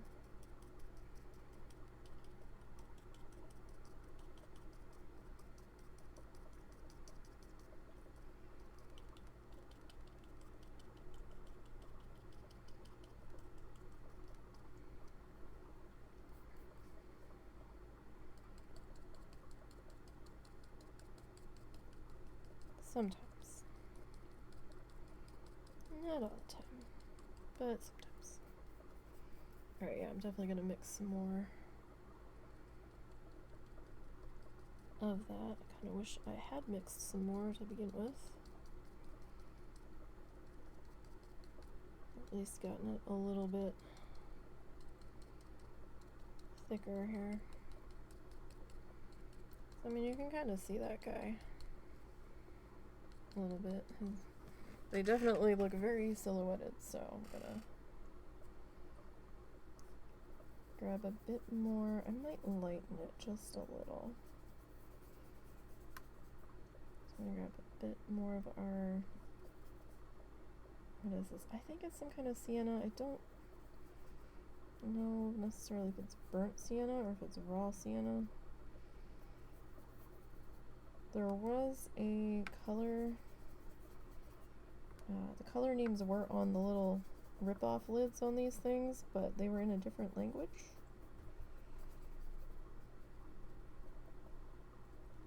So I'm not entirely sure what these colors were supposed to be.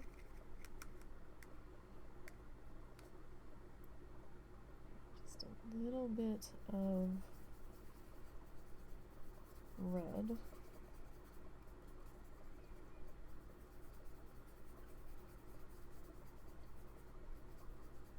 Just a little.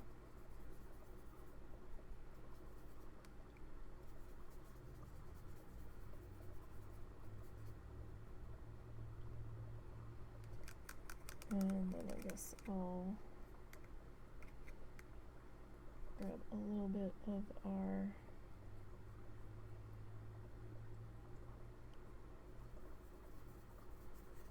like fuchsia color here. So we had that in the mix.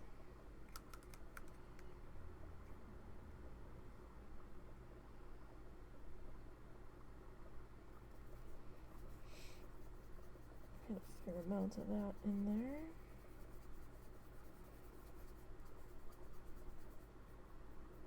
Now if our sky was lighter, that would look more than like just black blotchy shapes, so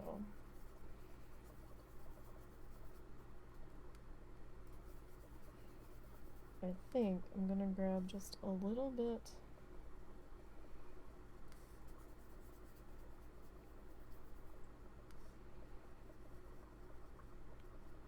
of that more transparent white. At least I think that's the transparent white.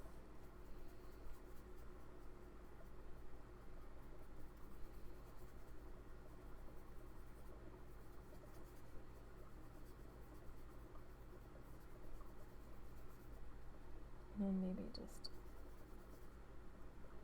a little bit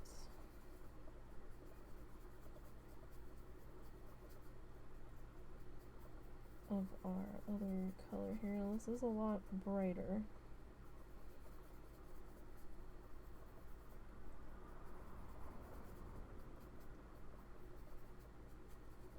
But we're gonna see how this works out here as we come in for a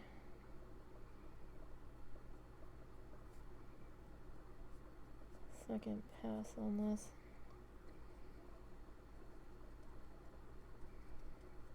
The other one just kind of turned a bit black on us.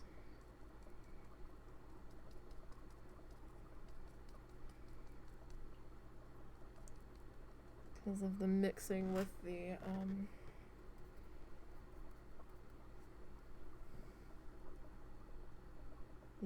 blue.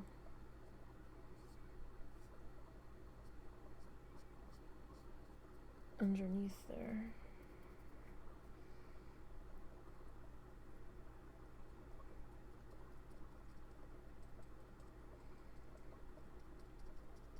But if we're gonna own this as a night scene, that might kind of work in our favor for some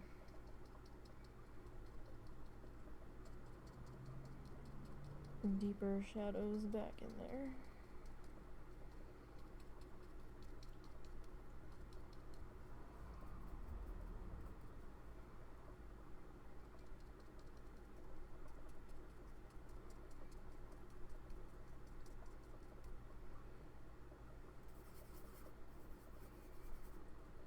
I mean, it's still gonna dry pretty dark here.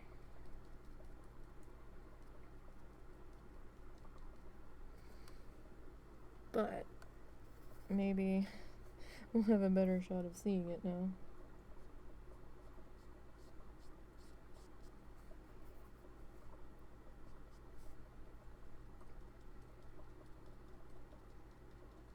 One bad thing about this particular shade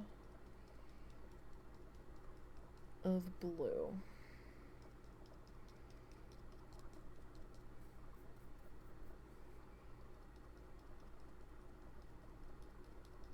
that I have come to realize is how much it likes to reactivate.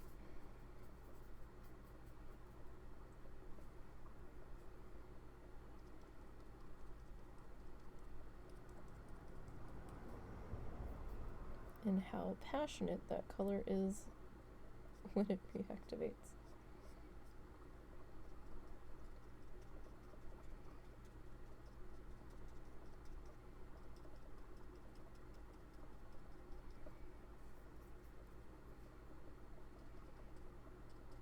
Because this color is like, oh, you want to play? Sure. One of your friends that just goes hard all day. An Energizer bunny.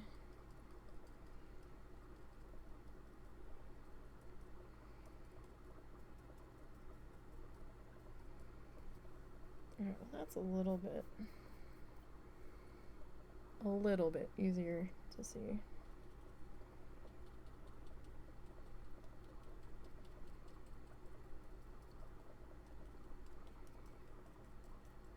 But I think it's kind of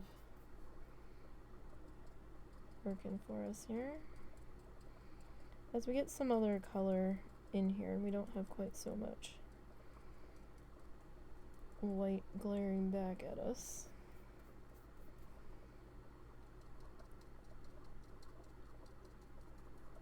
That should start to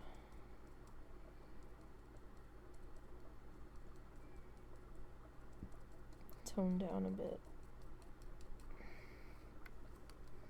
Become a bit more visible. Like, it looks bright to me, but that could just be because I'm being blinded by, I mean, it looks dark to me.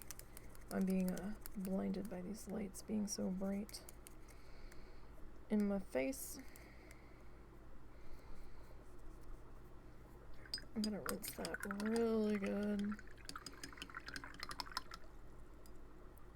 in the other.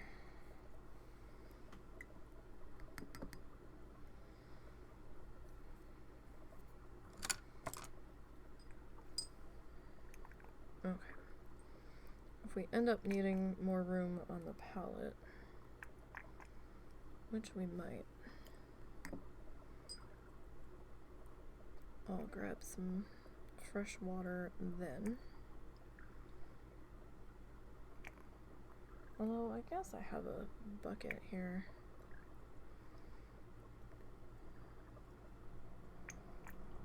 We could dump this out, and I do have a bottle of water next to me, if it comes to it. Alright. So he kind of puts that in. He was going for the Van Dyke brown, so let me get a little bit of water into that guy right now. While we're thinking about it, just gonna mix that in. Like if I kind of keep up with adding the water to this over time, I'm hoping it's gonna not completely take a dive on me again. That really was a nightmare trying to bring this back. I was able to do it, but to be perfectly honest, if I could have afforded to get new ones, I would have. That's how much of a nightmare it was turning into. I was like, oh, yeah. I don't know about this. Alright. Actually, let me come back into this color.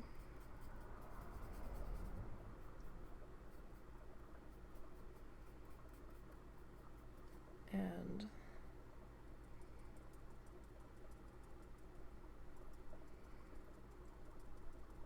I really don't need like that precise of an edge right there, but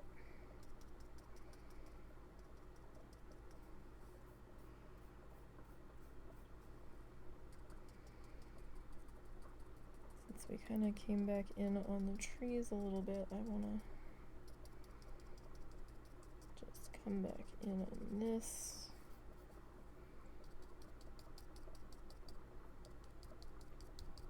That was just like a basic wash I had going there.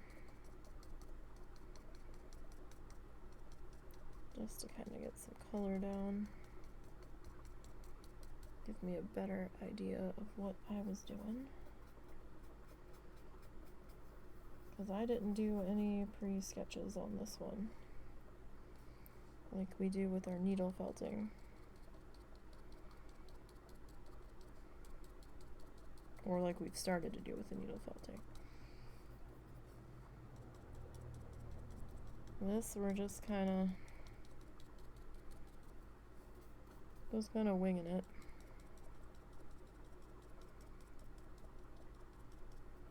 Technically, there's more land that comes down into here,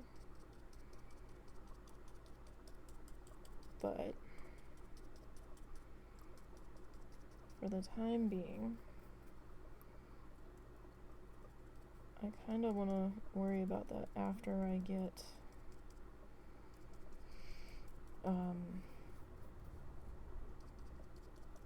our water kind of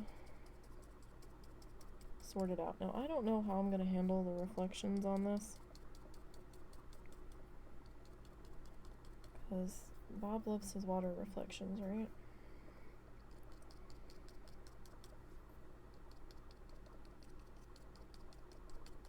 Not entirely sure how I want to approach that just yet.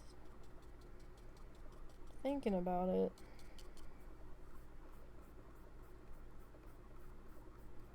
the thought's definitely there of, oh fuck, what am I gonna do? But I'm also trying not to think about it at the same time, because it's just gonna consume everything. And we can kind of see those now a little bit better than we could before. Alright, now let's see here.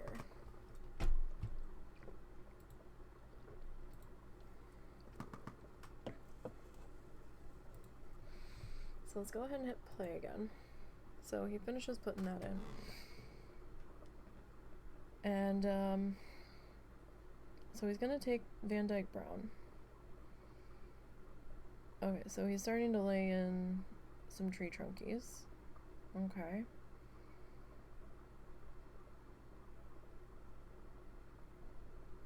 Looks like he put in a limb there and a limb there. Kind of coming off these guys kind of just something a little more sturdy, I guess.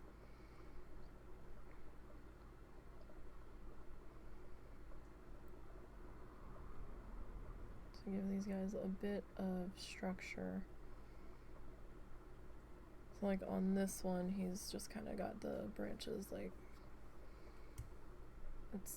I don't think he's doing them all the way down either. He's only seems to be really kind of worrying about them at the top. Okay. Hold that thought, Bob. Alright, so I'm gonna add just a little bit more water to this so I can use it. Now, if my gouache hadn't dried out on me, I probably would not be using quite this much water.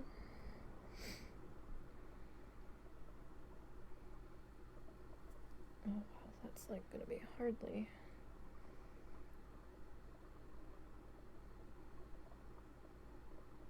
really visible.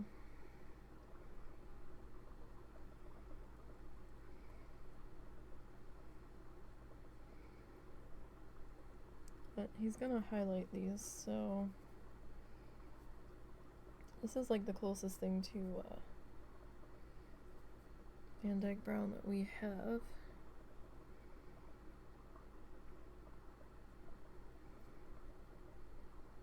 And I don't really think it's showing up with what we're doing at the moment. So we've got so much dark going on in here.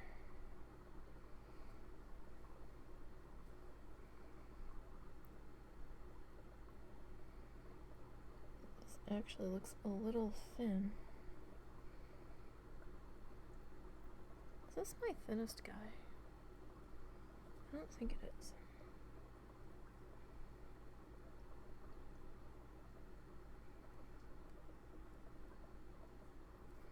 What size is this? 2. What are you? You're a 4. You're a 3. I have some thinner ones in a different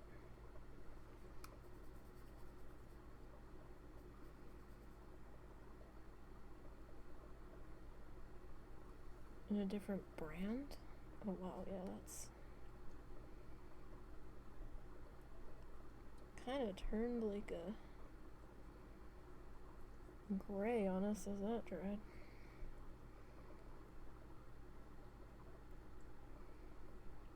Yes, it did. Okay.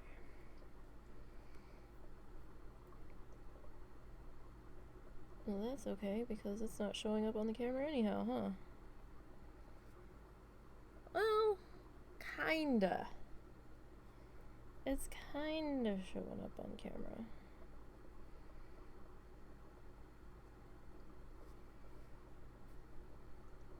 Sorta.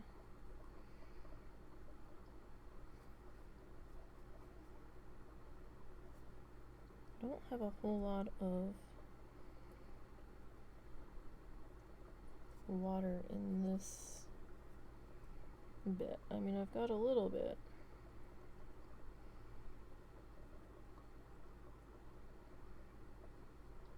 I feel like I'm just painting the tape here, but I don't know what's gonna actually show up as visible.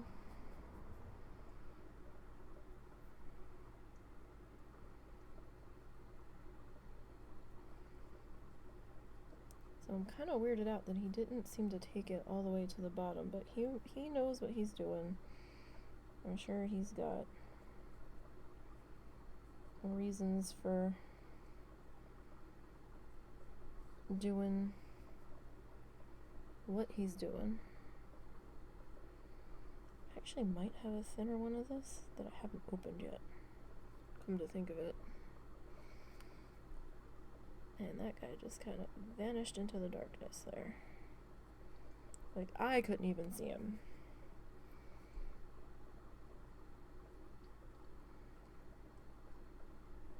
Sometimes this stuff shows up better on the camera than it does for me. And it's sitting right in front of me. So yeah, I mean, I do have a couple other needle felting projects, and I almost decided to finish up the current Bob Ross needle felting project that we were working on, but I was like, I don't know. I said that we'd finish that up this weekend. I kind of didn't want to go back on that and finish it early. For those that might be wanting to see that.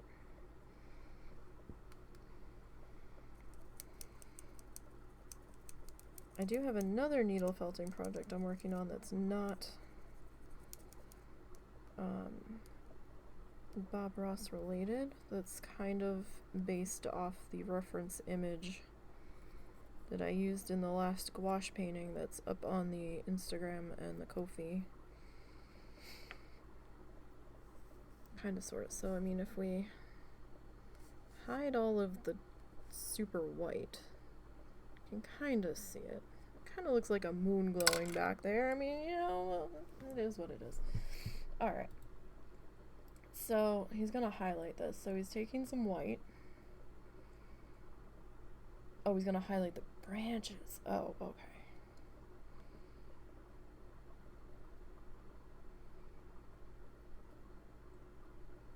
We did kind of take it down to the bottom.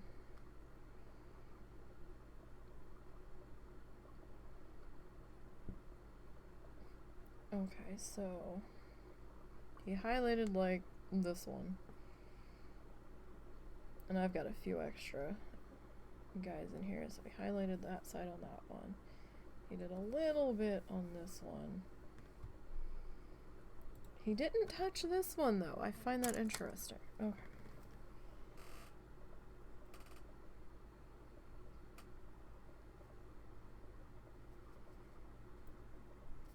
So we'll take a little bit of white. A little bit of our brown, a little bit more of our brown. Kind of funny how when you add white to Van Dyke brown, or a similar shade basically, how gray it turns. I can only wonder how much black is in there, or black-like pigment. Okay. Really rather have that other brush though. We got such a fine, lovely point with that other brush. Even though he was much. Was this the brush we were using? I feel like it was. I don't know why I'm asking you guys. You don't know. You weren't there. Is this not it? This might not be it.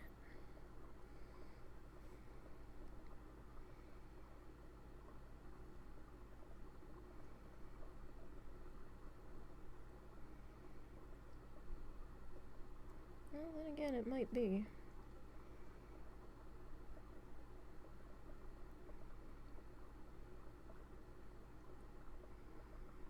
Might be. Maybe. Maybe, kinda, sorta, maybe.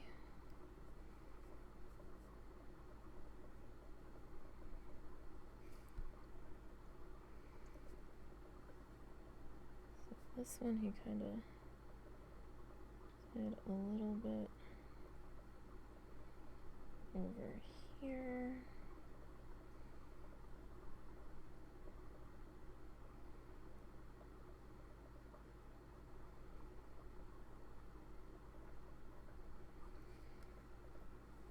What am I gonna do with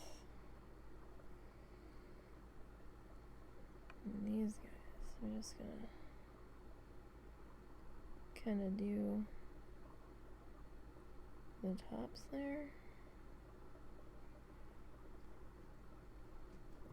Or do these not really get anything? 'Cause they're like kind of right underneath there. Oh good, the cats are gonna start. I might have to get up and lay down some law in Catland here in a minute. They start getting a little too rambunctious.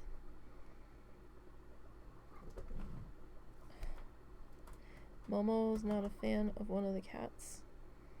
So when he sits on the one... Hey! What are you doing? Are you running around by yourself?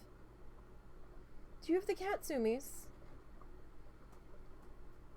Or is Peanut chasing you? I think he has the Katsumis. He was making noises like he was being chased. That's why I thought I was gonna have to get up and deal with them.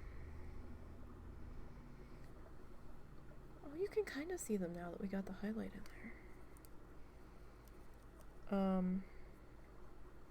Momo doesn't like Peabody. Peabody tends to swing at them. So when Peabody sits on the bed above Momo's bed, or sits on the footstool next to the ottoman thingy, next to his bed, he'll just start growling. Like, it's the only time I hear this dog growl, is when this cat's too close to him. Or when he deems that this cat is too close to him. Alright, let's advance the tutorial, and I'll stretch out my legs for a minute here. I'm kind of all scrunched up.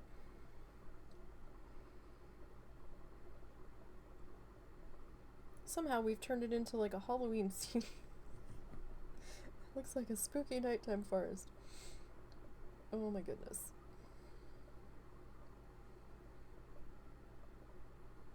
I don't quite know how we managed to do that.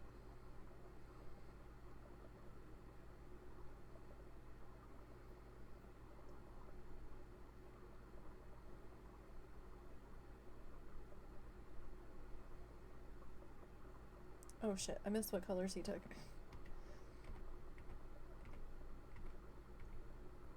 Okay, so phthalo green and yellow. We're back in the phthalo green and yellow? He was really into this phthalo green here on this episode, wasn't he? I don't know about this, Bob. It's still very yellow though, Bob. It's...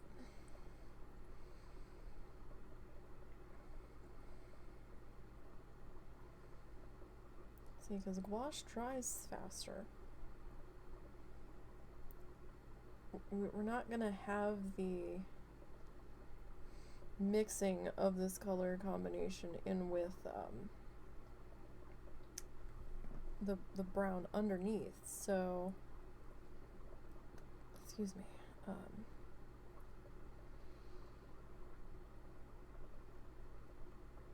If we end up using this green, it's gonna have to be like the tiniest bit. I would almost rather mix some of this yellow ochre color with the cad yellow, to be perfectly honest.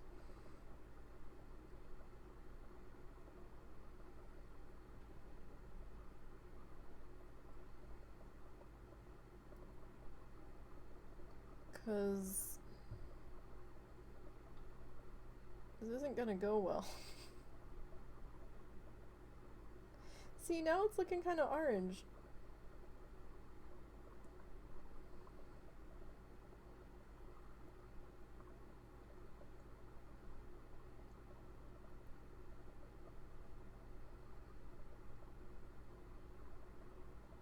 But he's also picking up all of that, like, alizarin, crimson, brown-ish color underneath. Now, we'll be able to reactivate this a little bit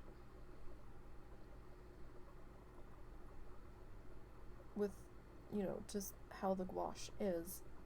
But, well, it's certainly early morning in our painting, Bob.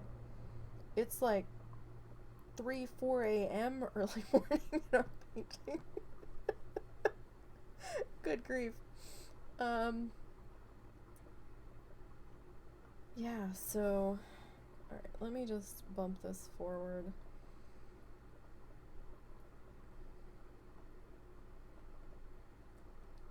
I'm just surprised he didn't do something a little more. Okay. Well, now he's gonna add a little path. Can we? Alright, we're gonna pause it. Alright, yeah, I think we're gonna deviate here. Just a bit. Because I'm not really sure how I feel about that. We might have to make an executive decision here. Alright, so let me mix or work some water into our yellow here, because I wasn't able to fully get some of the colors completely liquid again. I've still got some solid clumps in there that I kind of have to contend with at times, so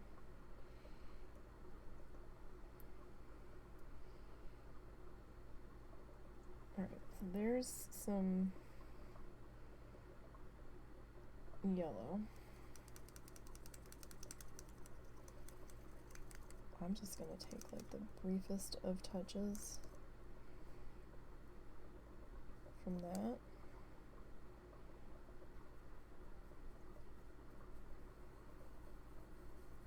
I really don't want to.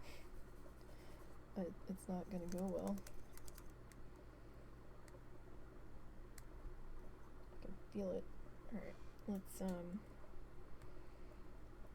see about reactivating some of our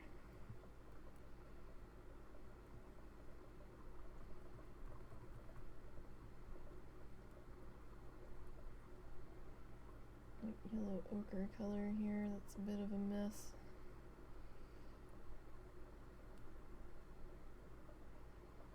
So it's still a little lumpy. Alright. I want to make sure that we're really good and rinsed out there on that color.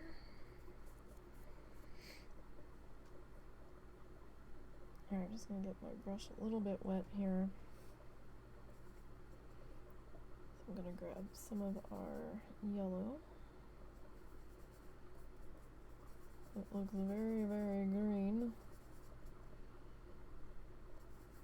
because of our blue lid here.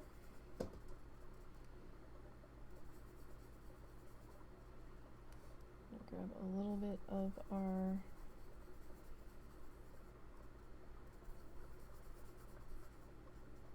yellow ochre. That's a very strong color.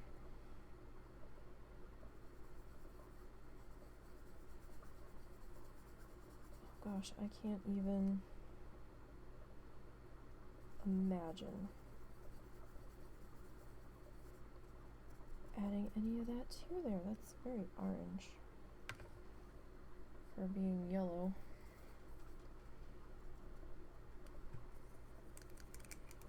Alright, so I'm gonna deeply regret this.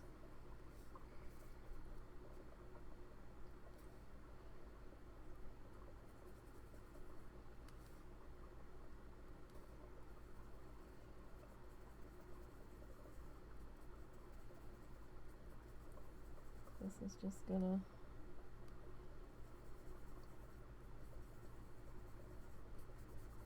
well, I mean, it did mute it a little bit. Maybe. But I don't really know how I feel about that. I kind of feel like maybe it should be a little more liquid. first I realized, well, I mean, you can kind of see what I'm doing over here. It's not really enough to do much of anything with. I think, well, I mean, do we want to go with this one?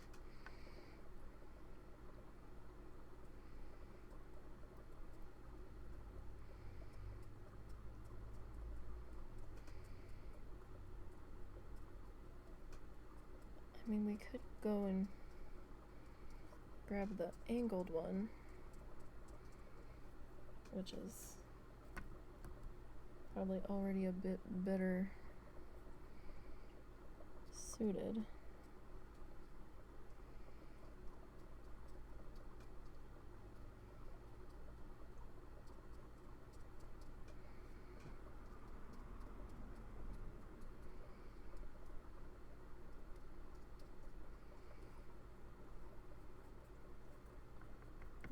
Picking up some brown.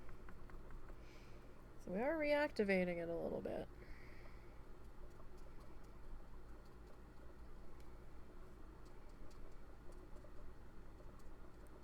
So, I mean, that's interesting, to say the least. So it's not like full on in your face yellow.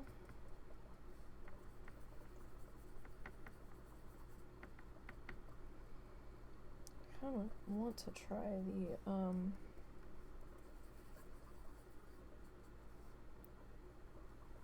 that angle brush.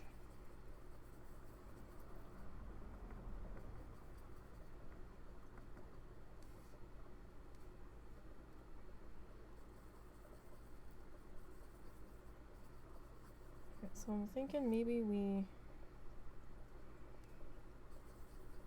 go with this toned down color, right? And then we come back in and do like another highlight. Maybe a little bit more yellow.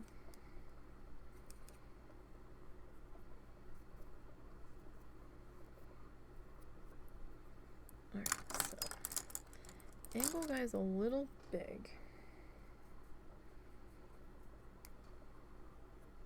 A little big.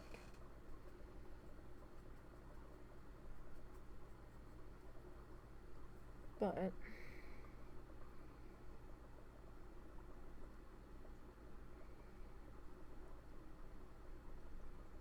we'll see here.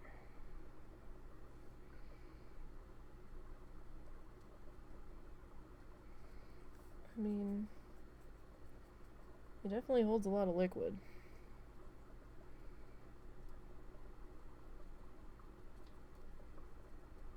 That's for sure.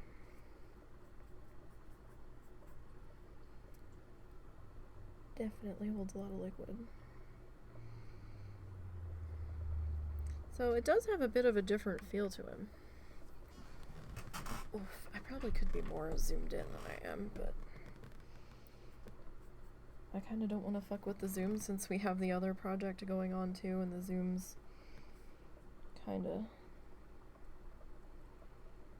set up for that one, and I don't have the zoom saved. I don't know if I can save the zoom in setting. I mean, I probably could.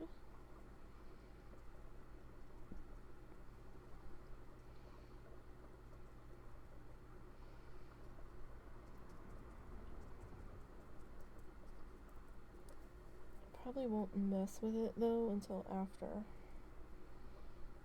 we're done this current project. Just to make life a bit simpler. So I mean, it's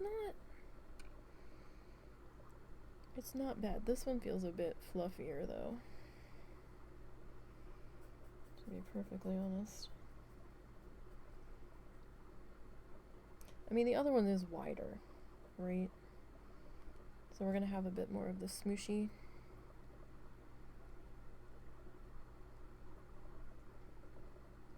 The smooshy, fluffed out ones.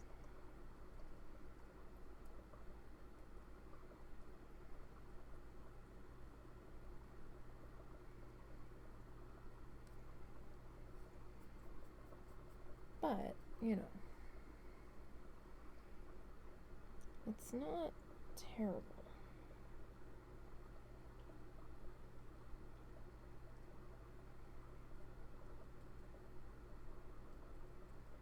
It did kind of cover up my branches though, so I got that mess going on. Alright, how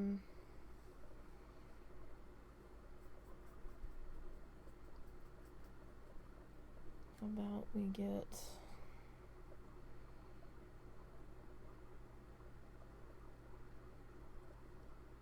this guy.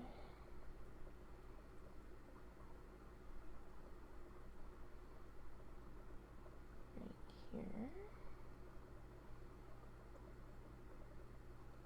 I was tempted to come back in with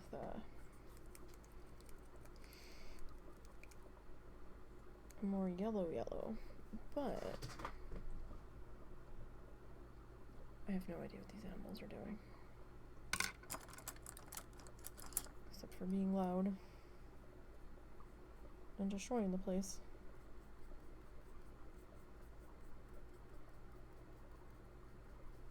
Is it a full moon? I feel like there's one coming, if there isn't one in progress right now, because these guys have been crazy the past couple of days. See, this guy's a bit of a fatter sploosh. Fatter sploosh.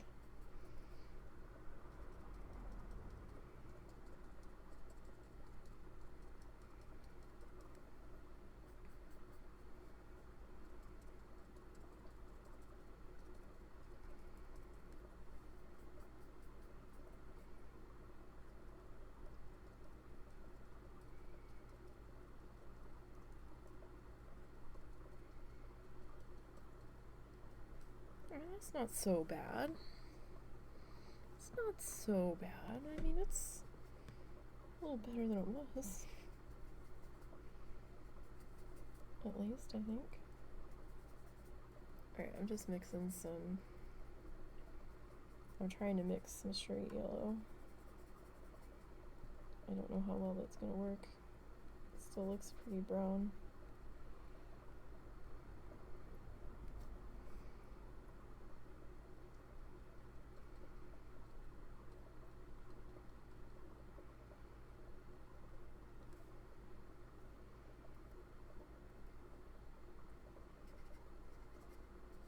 Got some nuggets of yellow gouache in there. It didn't quite get unsolidified, so let's just kind of try to deal with that guy a little bit there.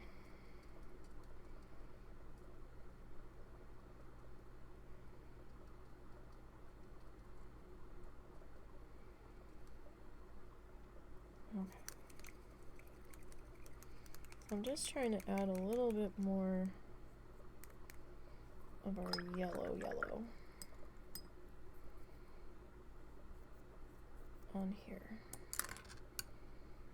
Back in with this guy, right?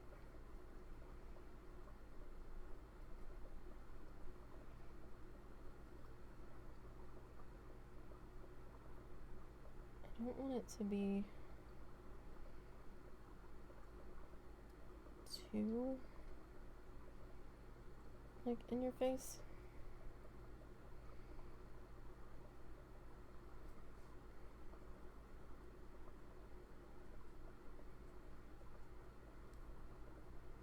Just a couple of sprigs here and there.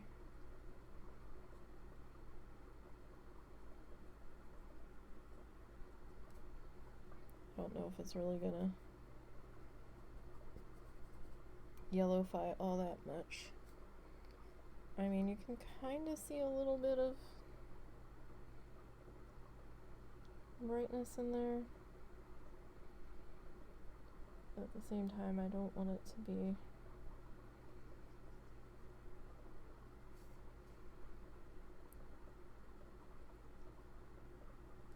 like too much.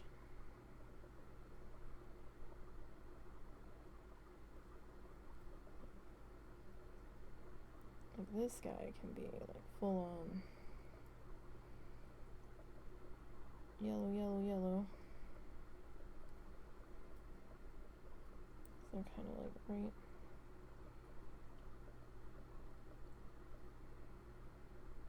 underneath there. But this guy,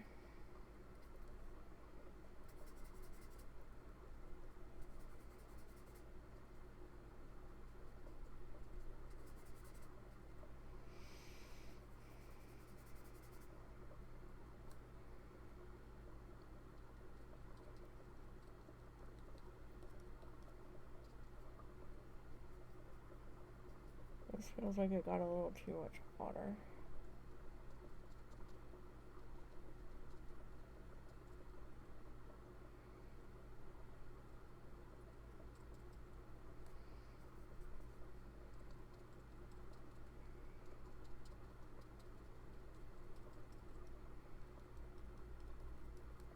Okay.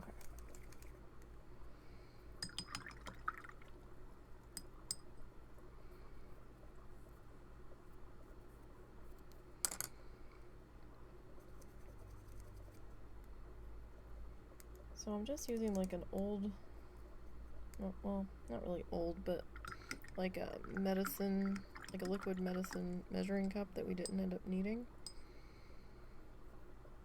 Because, you know, why not? It's still usable. It still can have a purpose to hold liquid, right? And I'm using a old jar of yeast for my water. Like, we've rinsed it out and washed it real good and everything. But, I mean, it's just a glass container in the end, so why not? Don't need anything super fancy. Not really.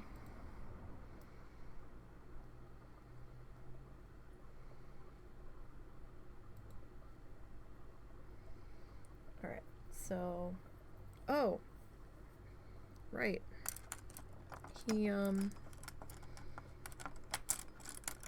He did do that, didn't he? He did all of this down in here, and here I am like, oh, well, you know, let's move on to the next step. Oh, okay. So I'm gonna take a bit more of our ochre here.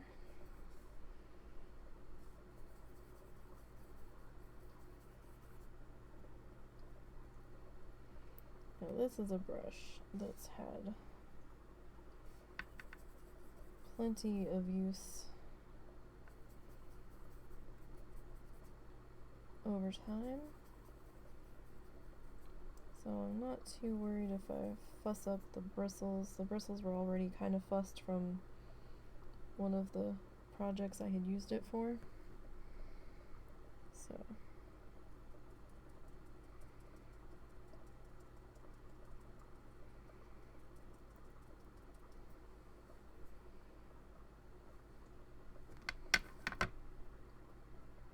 I thought I saw a little weird fuzzy down in there.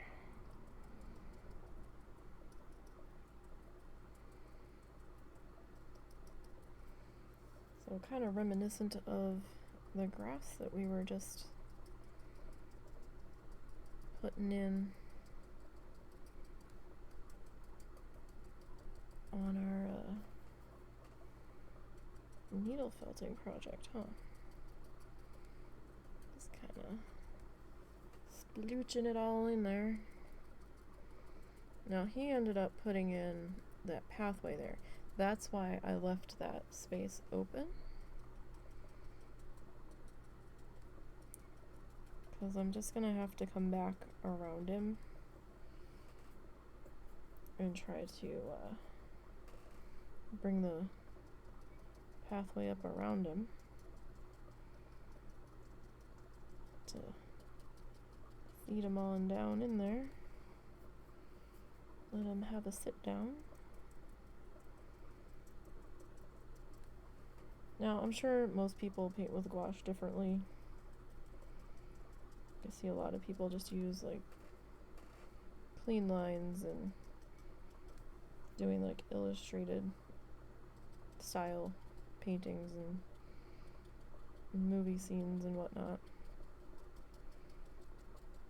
But I wasn't really sure of the limitations on this because I've also seen other people do more involved stuff with different levels of like shading and things. So I was like, you know what? I want to try it.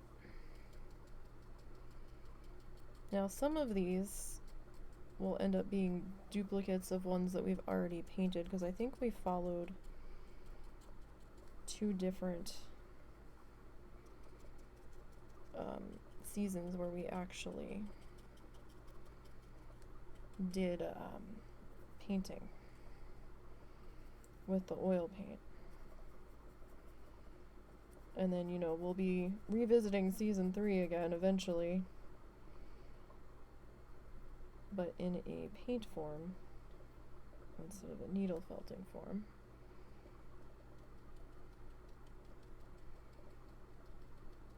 I'm just gonna kind of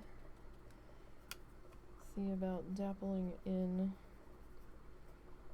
It's not quite straight yellow because I still had some of the other color in there, but it's kind of close to straighter yellow. This feels very fall, doesn't it? I'm gonna see if I think about it, if I remember. Maybe we'll try to add some stars if I can pull it off when we're done. I don't know how that'll translate.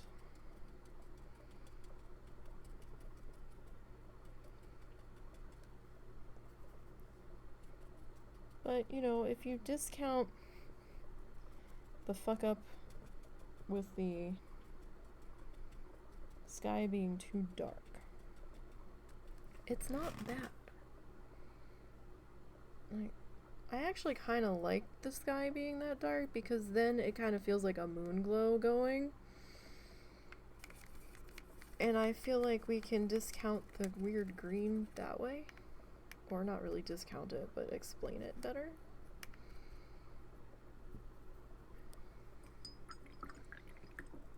I liked this brush so much, I taped the ferrule back on.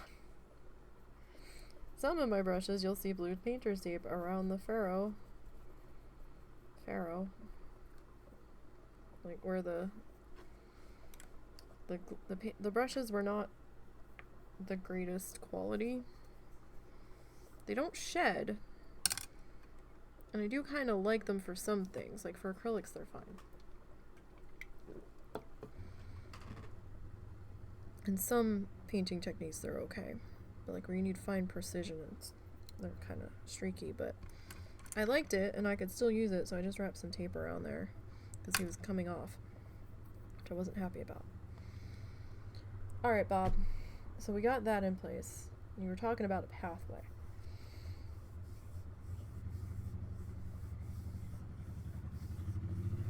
I've seen other photos of people's renditions of this, and yeah, their sky is so green.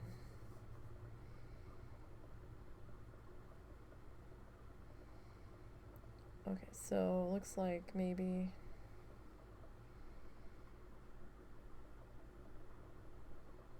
some Van Dyke Brown. Okay, so we're gonna... we have to highlight that guy. Alright. We can do that. If we can... now we need to highlight... oh, he didn't highlight it yet. It looked like he did.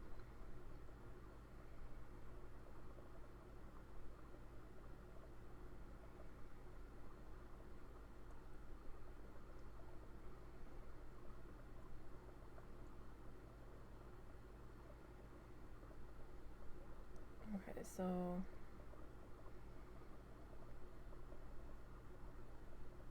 he let the paint break. And then he's gonna set it down in the painting with the other stuff. Now, I don't know how much paint breaking we're gonna be able to make happen with this. we might have to get creative on how we go about that getting to happen.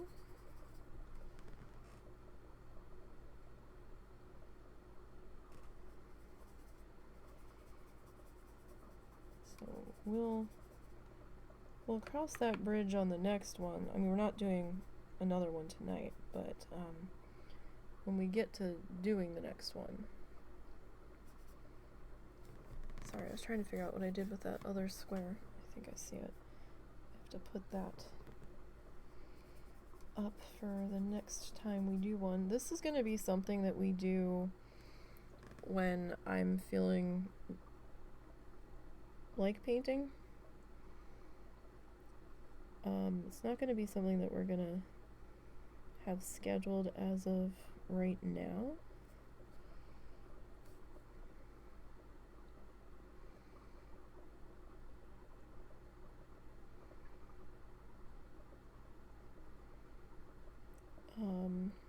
It can become a later in the evening Tuesday thing.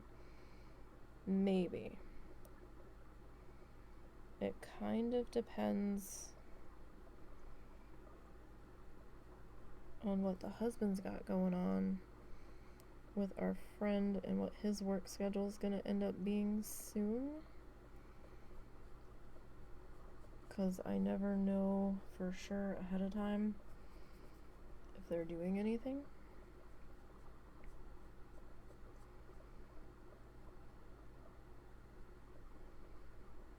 So it makes it a little tough to plan, and as it is, come fall,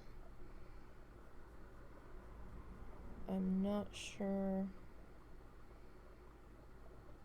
if my mainstream schedule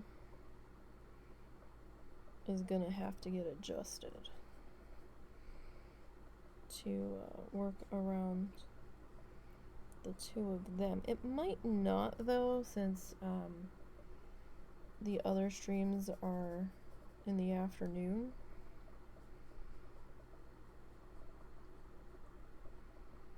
So scheduled stream days around here are usually Thursday, Friday, Saturday, Thursday, Friday, Saturday, Sunday right now, and Monday at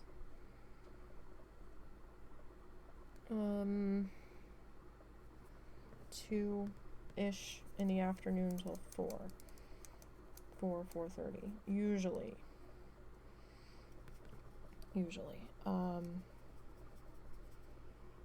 Depending on what we got going on life-wise. You know what? I kind of want that other brush for this. So, let me rinse this guy out.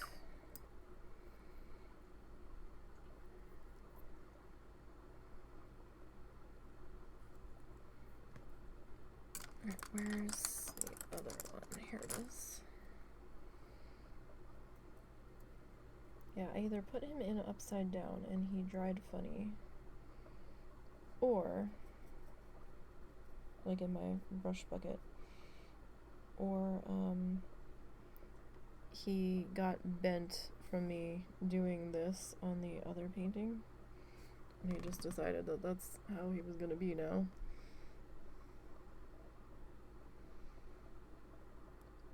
Anything's really possible with that. Which is a shame too. That's why I need some really nice small fine point brushes eventually. Eventually we'll get them. Just haven't made them a top priority because we started doing the fiber art, and I had wanted to bulk up on yarn and stuff, which I gotta say, I was messing around on Lovecraft's website. Lovecraft's, yeah, I said that right. Lovecraft's website. Today? Last night, I got an email about an upcoming summer sale. And some of the, I don't know, what do we want to call it? Flavors of, we'll go with this one. Of yarn that I used were on sale. And I was like, oh, okay, cool. Let's check that out. And the Super Simply Chunky was on sale, not the Simply Chunky. So I was kind of looking at it, and they didn't have as many colors as the regular Simply Chunky. And I was looking at the price. It was on sale for like $2 a thing, and I'm like, wow, really? Like the lowest I've seen this yarn previously, it was like $2.36. I was like, that's pretty good. And then I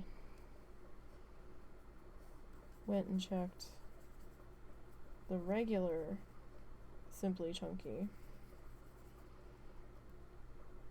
That was sort of on sale, but not as good as the Super Simply. And then I happened to see the regular price. And I was like, wait. What the fuck is this shit? I thought this yarn was $3.99 regular price. They bumped it up to like $4 and change, and I'm like, almost $5. And I was like, what? Since when is this yarn $5 regularly? Or almost? Like, what the fuck is that shit?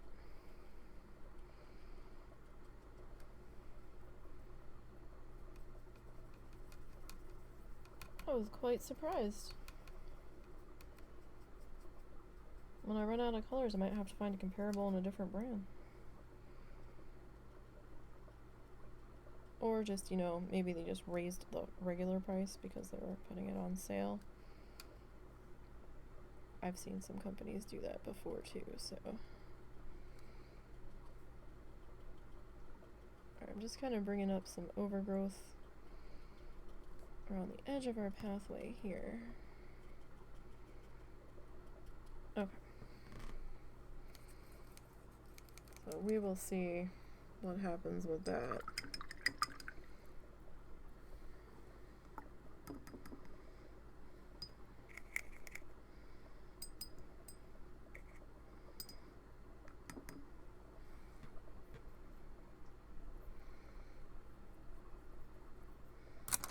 Alright, let's get some more water out of our container here. It's starting to turn a bit gray, but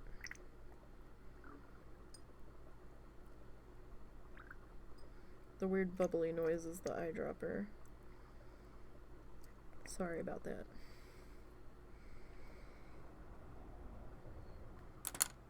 It's not the greatest quality eyedropper, but it's something. Okay, I'm paranoid about containers of water now because I knocked over an entirely full one of these. I thought I had the lid on tight and I didn't, and it went flying everywhere all over the rug underneath my desk. It was a bit of a panic because I didn't know what I had down there. I was afraid I'd fuck something up. Okay, so he's gonna bring the little doodads all up and around. Okay. So now what's he doing?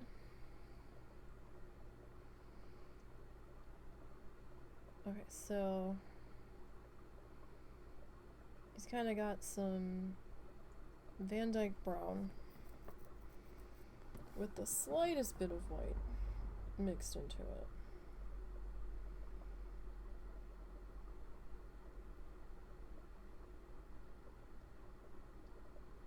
Kind of coming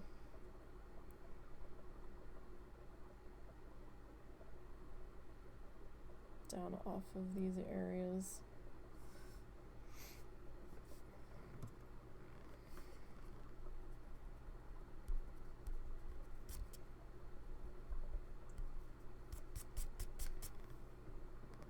Forgot to take that part off.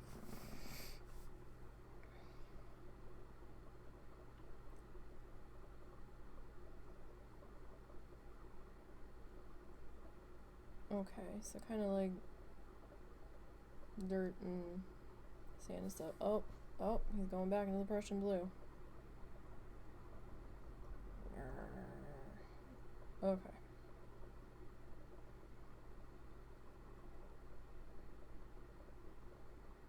Gee, that looks like our sky.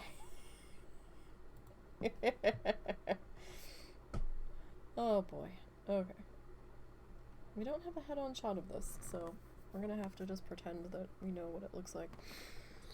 Alrighty, so let me grab our good old smooshy one.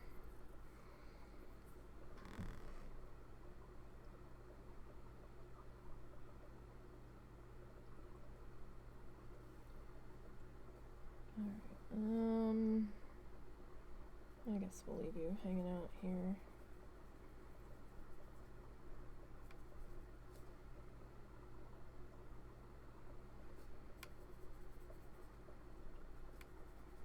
Now I know some people need to clean their gouache when they get too many colors mixed into it. I try not to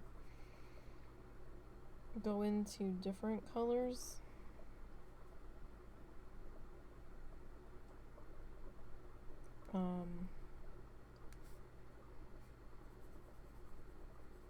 Like I try not to mix the colors. Like if I go into one color, try to clean dip, if that makes sense.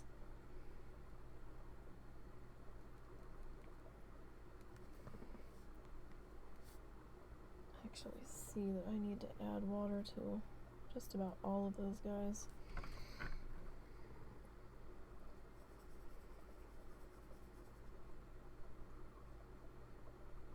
Before we wrap everything up here today, so so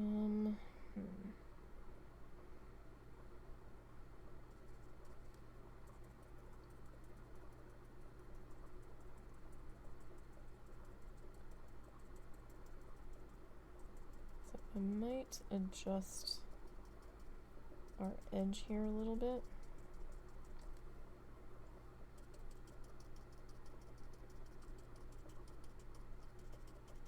And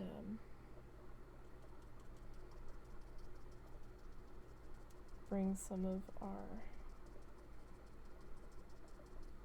grass color down into this just a little bit. Yeah, I definitely grabbed way too much water there. So one bad thing about this brush, it's thirsty when I don't want it to be.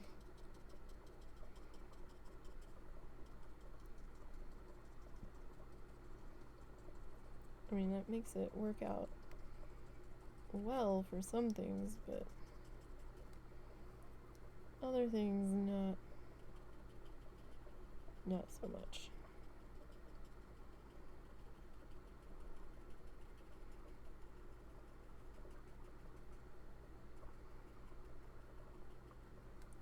But we'll grab some of that yellow combo stuff that we've got going on here.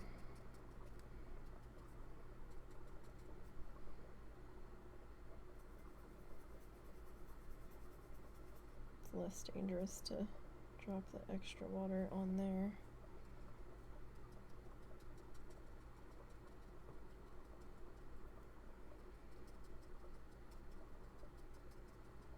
In the grand scheme of things.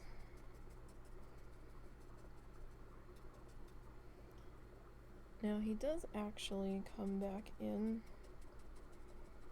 and this ends up looking kind of grassy over here, so I'm not going to spend too much time worrying about that section.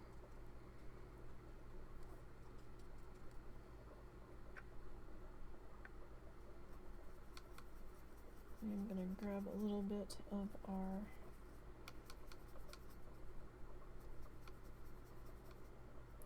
lighter combo here.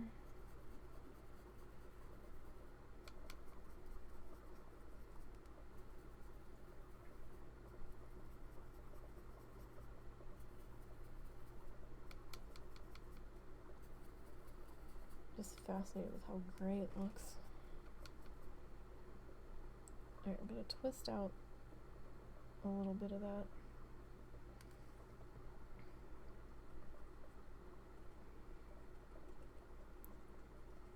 See about kind of bringing this in a little. It's sort of like a dirty sandy beach here, embankment.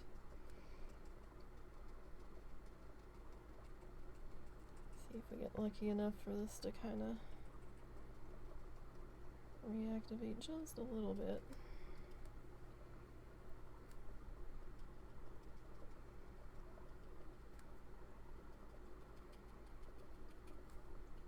It doesn't need to do it too much.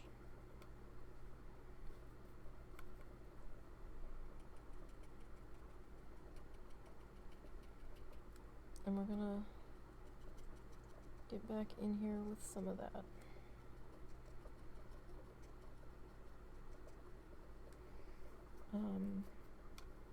Grass color here in just a minute. I will say I finished up that other gouache painting with the mountains on it. Alright, I didn't really need to do that one so much. And I had to rinse my palette once because I ran out of room. And I was like, okay. And then, you know, when I was done, I was like, yo, I'm done. I don't want to do anymore. I was like, I'll deal with this palette later. I will rinse it the next time I go to paint, right? Well, for some reason, some of that, even though it was like paper thin, was still wet. And yeah, I've had big, these big, square containers here just decide that they're just gonna do their own thing.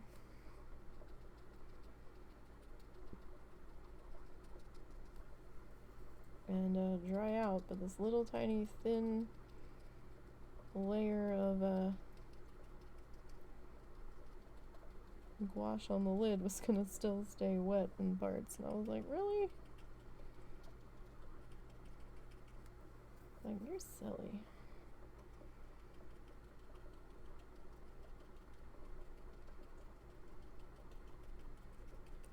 So I'm just gonna kind of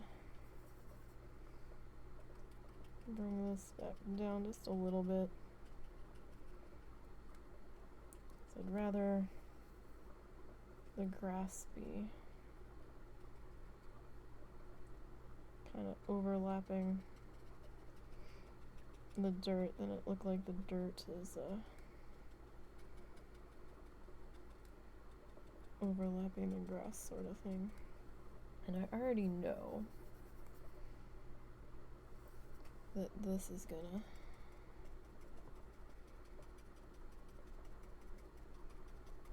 end up getting covered. Like that much I know. So I'm just gonna kind of come in here and hit that up now. Cause why not? Like, I know it's coming. So might as well.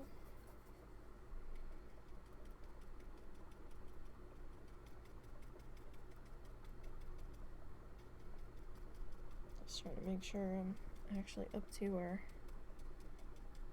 tape line here.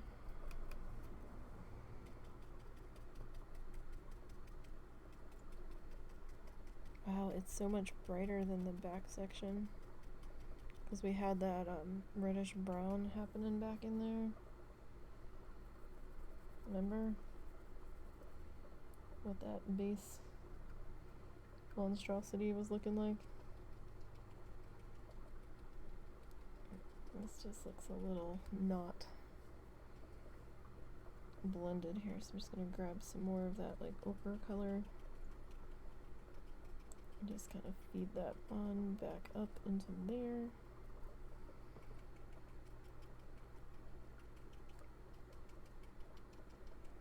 So the one interesting thing about this, I guess you could call it interesting, is that we should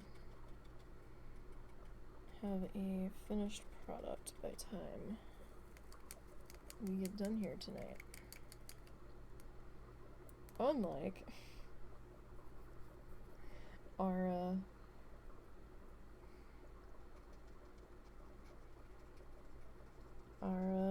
needle felting stuff.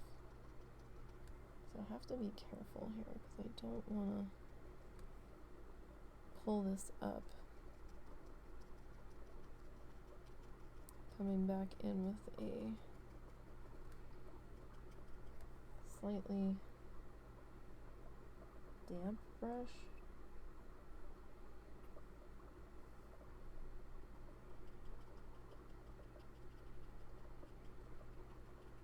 That's not what I'm hoping to accomplish here. I'm just trying to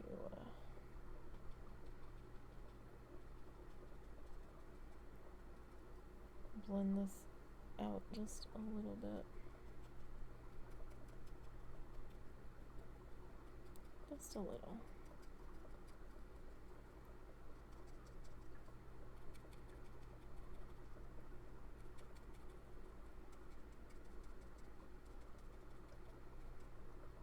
And if you're careful, so careful, pull it off pretty good. You just have to make sure that you don't rub too much, so you don't lift it. So that's not what, I mean, if that's what you're looking for, that's what you're looking for, but that's not really what I'm hoping to achieve here.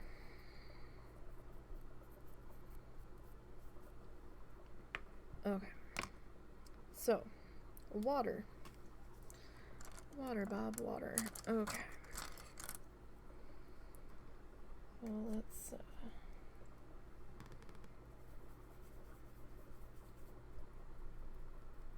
see about getting our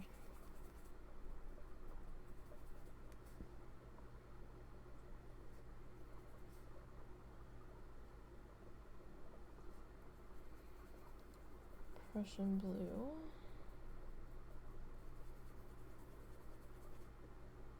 Reactivated. We'll see. Like, I can reactivate it off of here. That's not a big deal. I just don't think I had quite enough. I do want to rinse this out, though, because I don't want too much. This used to be a white nylon brush, I'm pretty sure. I'm not sure where this one came from.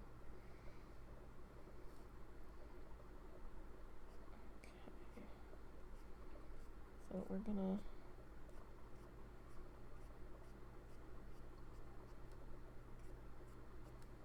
try to pull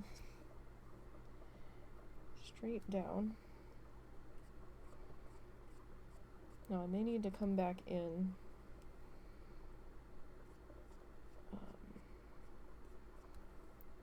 and try to blend out the edges here.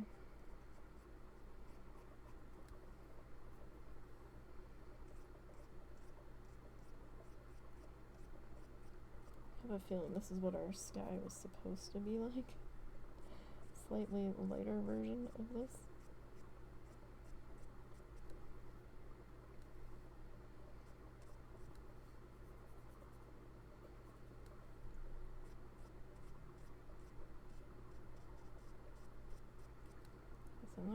fret too much coming up into the dirt line here. That's okay for now.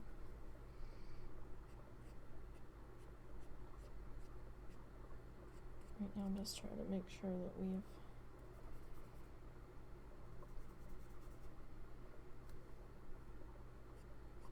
gotten a fairly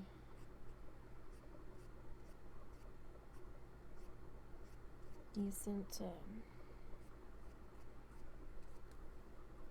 bit of color coverage here.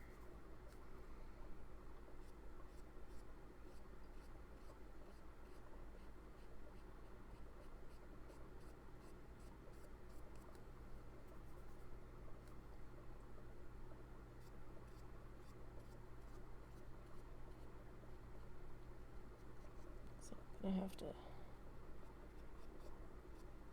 come back in and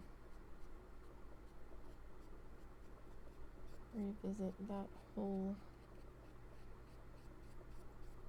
section in here.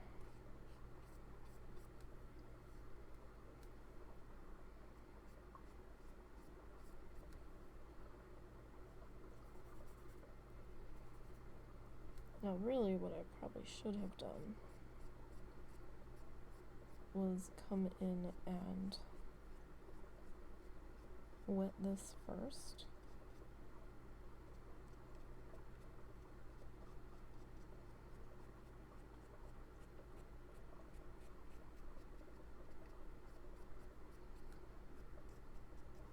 And then kinda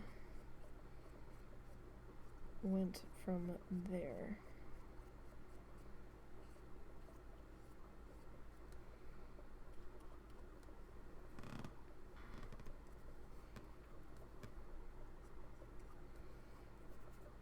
So now this is just gonna devolve into me fussing.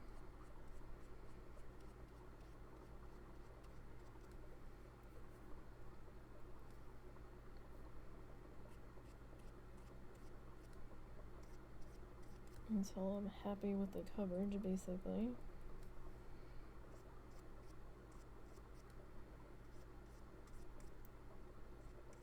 I mean, it's okay to have some dark sections, but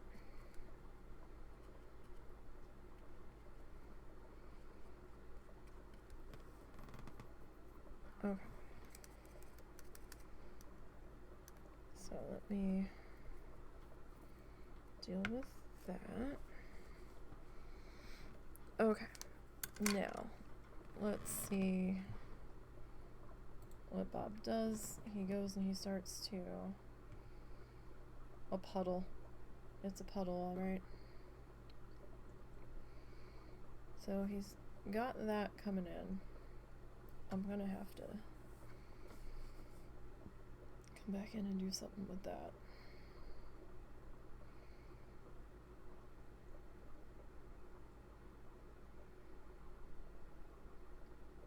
This much I know.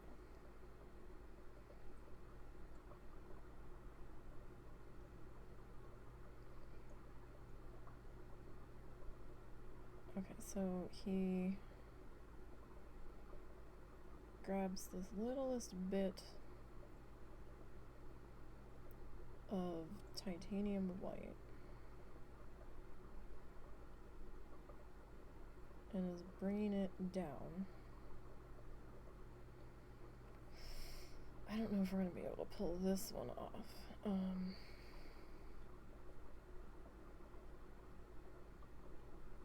We'll try.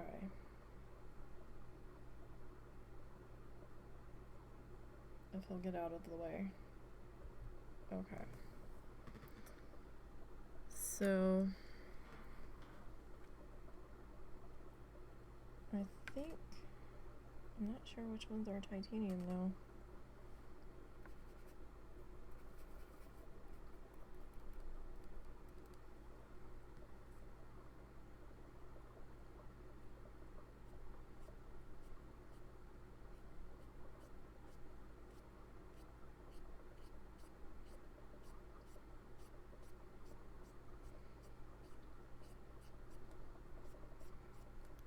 doesn't have this little finger.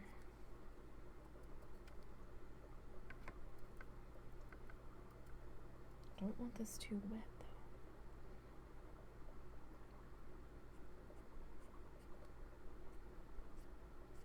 That is probably too wet.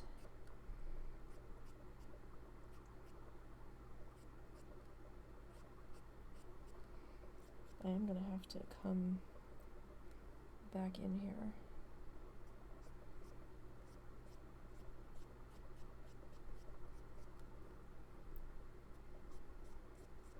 And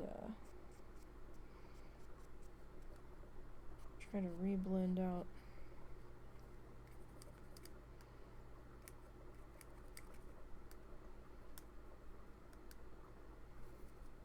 that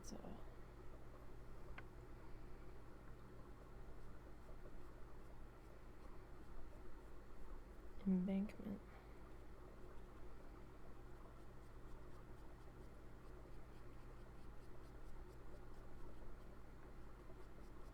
Okay, now that's not bad. That's not bad.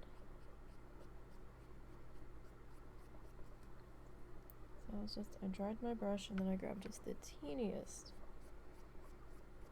amount of water. Teeniest, tiniest drop. I don't want a lot of water in this brush,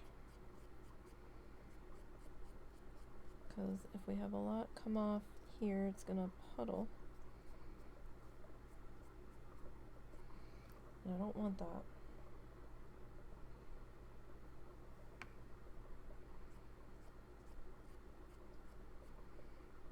Not at all.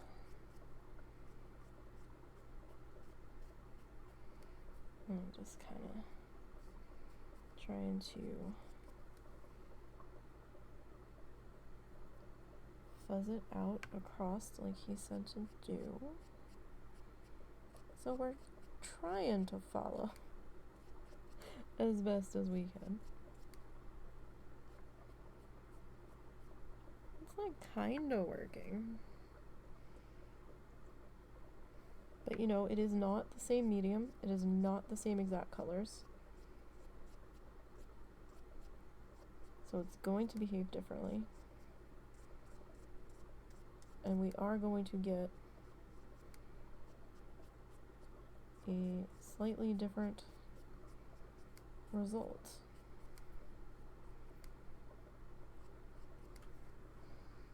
But that being said, that spot's a little too white for me. I don't think we've done too badly so far. There are a couple of things I want to adjust personally.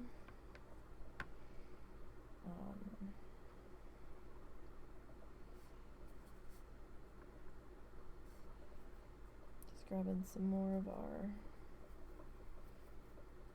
yellow guy here.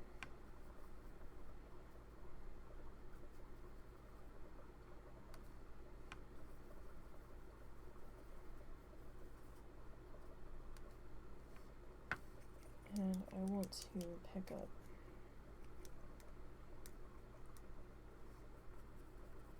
a little bit of our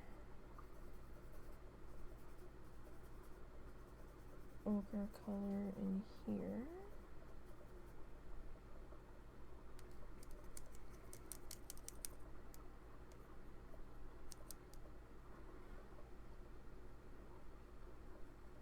I'm just gonna gently tap into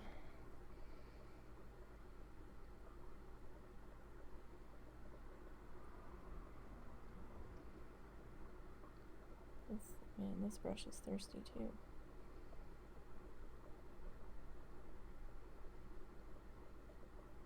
Probably should grab another color.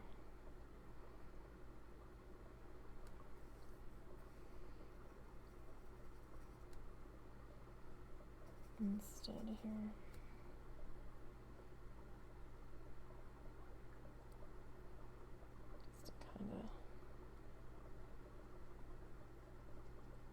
clean up our water edge just a little bit there.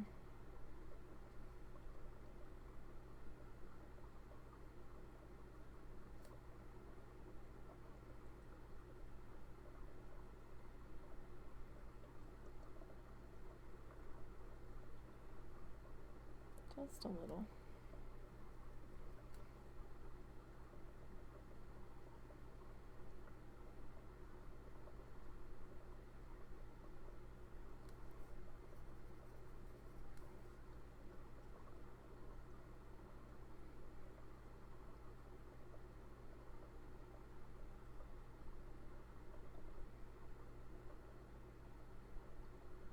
So it doesn't look quite so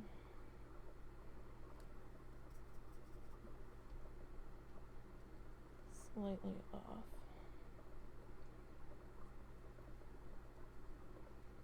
And I mean, doing that little bit of a drag and drop did kind of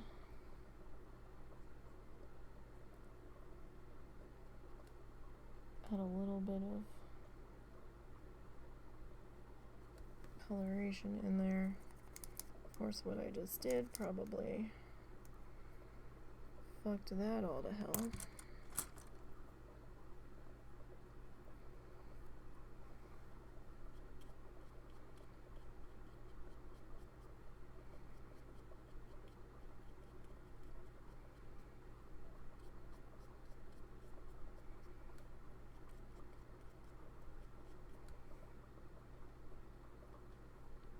Just kind of ever so slightly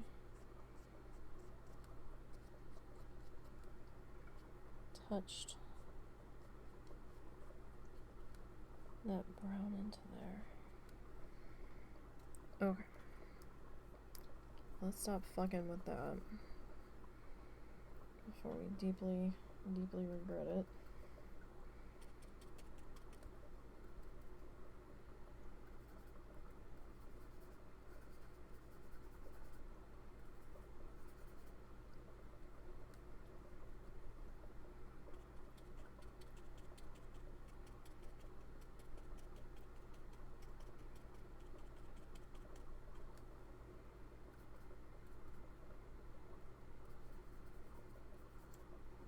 Trying to give this a little more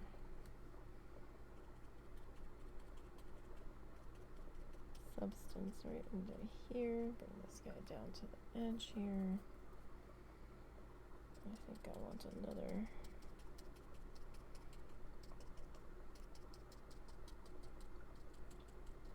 bushy guy. Kind of right into there.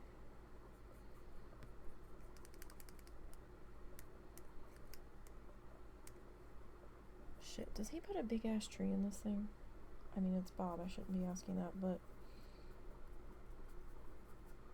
does he do that, like, right out of the gate on people? Or does he at least wait till episode 2? Because I'm suddenly not certain.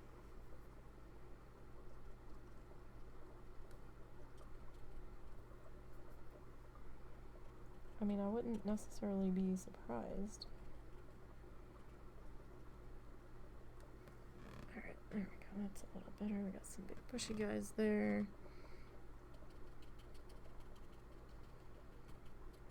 It needed a little something, something. Place for the duckies to hide. How about that? Duckies gotta have a place. Alright, so let's not roll through the wet paint, shall we? Okay, so he kind of adds a little bit more rocks and stuff. He kind of highlights the rocks and stuff. I'm happy with how my bank looks right now. I don't want to fucking touch it. I mean, it's not quite as in depth as his is, but I'm okay with this. I thought he added Oh, he's still got time. Oh, he's got like all of the time. Oh, he added some water lines. That's what he did. Okay, well, we can do that. Which white is it? Is it this white? The white that I thought the whole time was the mixing white, and I was just kind of living it up. Is that really the titanium white?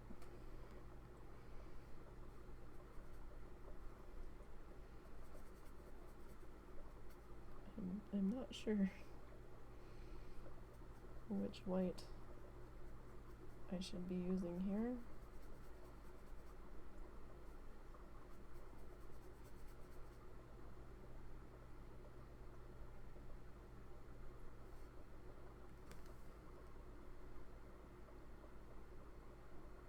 Did I get it? I think I got it.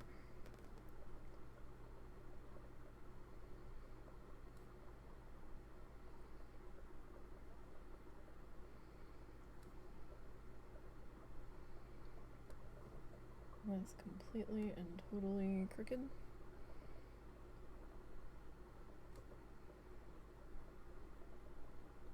But it's me, so, you know.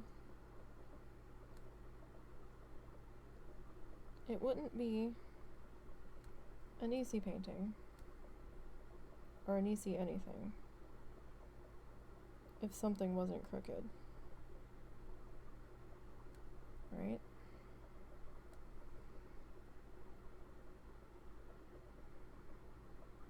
That does add a little bit of something something there, doesn't it?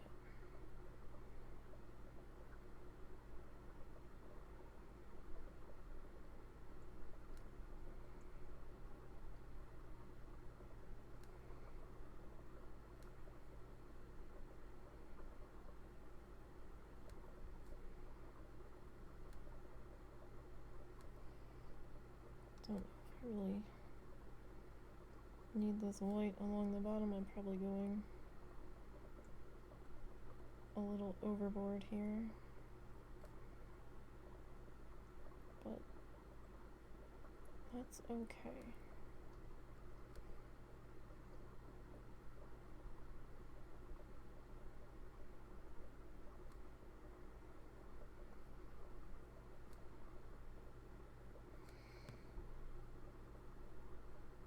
Okay. So we got that. Let's rinse that real good. Because that still looks like there is white in there. Okay. What did I tell you about rolling through the paint? Okay.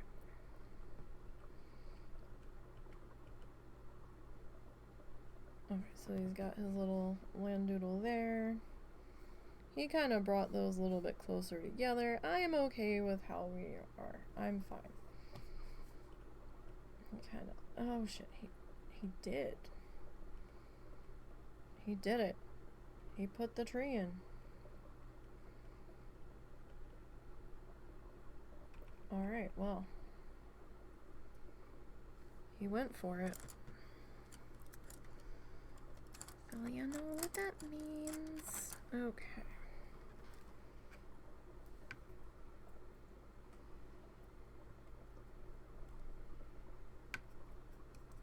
Means we gotta at least try, right? It is kind of empty over there, I will admit that.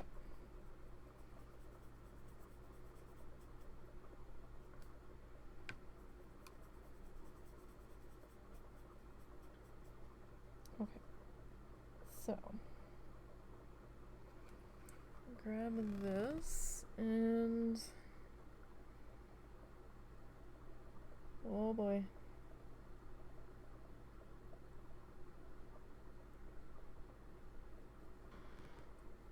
That's always terrifying. It will never stop being terrifying. Because now you've fucking done it. Now you're committed. Right? So now you gotta roll with it. Gotta roll with it.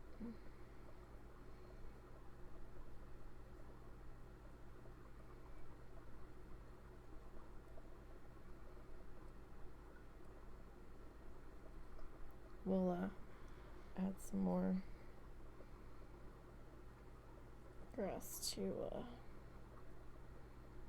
the bottom of him in just a minute.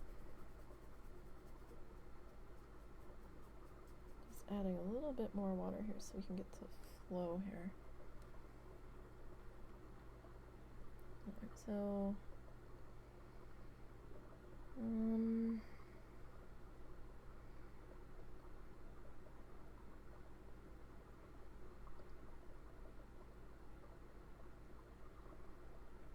maybe about there. And then I can't tell if that's actually a back branch or not, but ours has one now, so there's that. Oh boy. Okay. Now I'm gonna have to mix a dark green because I don't really have one. Which I know sounds silly, but there's like a grass green and then there's like a jade green. There's not like a green. Okay. So he like went in with, well, there was a couple branches on there. So he grabbed a lizard and crimson, Prussian blue, so that's purple. In what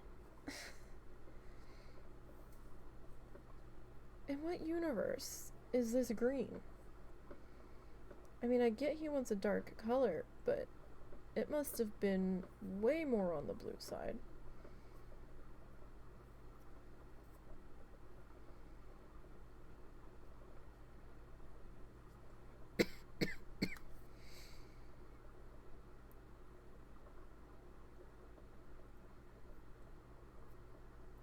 He just... Bob. What are you doing to me, Bob? Cad yellow, permanent red. Is that... No. He's just saying colors. He's not saying what he's highlighting it with, right? Oh no, he did add red. So he made like an orange. Okay. Sometimes he gets to talking, and when you have the sound muted, you don't know if he's telling a story or if he's actually telling you like what colors you need to grab here. So, I'm gonna grab our base color that we had under our trees up above, right? Because, you know, we've got it. And I'm gonna grab just a little bit of our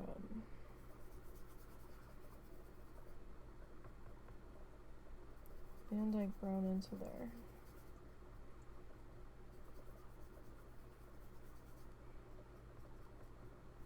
Which is funny because it doesn't seem to be getting any darker.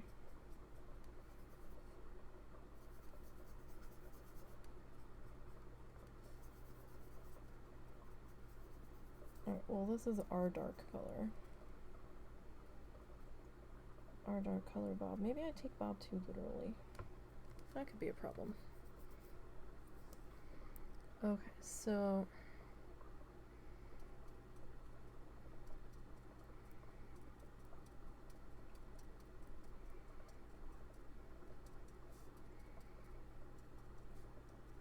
I kind of like this little guy, this fucked up brush. Don't get rid of your brushes if they're not nice, like perfect points anymore, because that little fucked up brush could end up actually helping you in the end by being useful to do trees and grasses and stuff. Hey, hey, hey, hey, hey. Why are we hissing? Hey, hey, hey. Let's stop now. Hold on a second, you guys. I've got a cat fight about to happen. Peanut, go. I couldn't figure out why there was cats at my feet running around under my desk. And then I heard Little start to growl. So Peabody was causing trouble.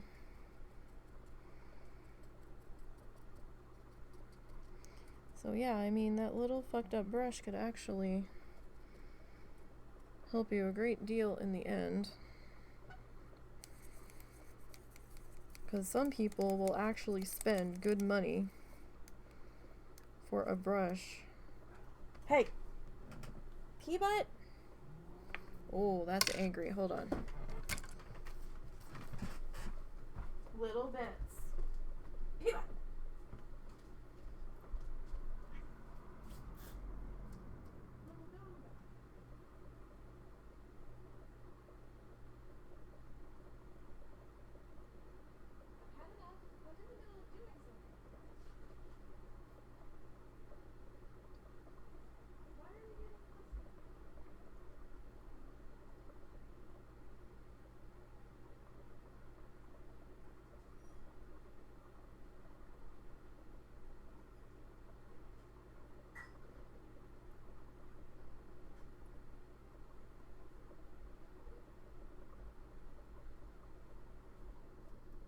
Good grief.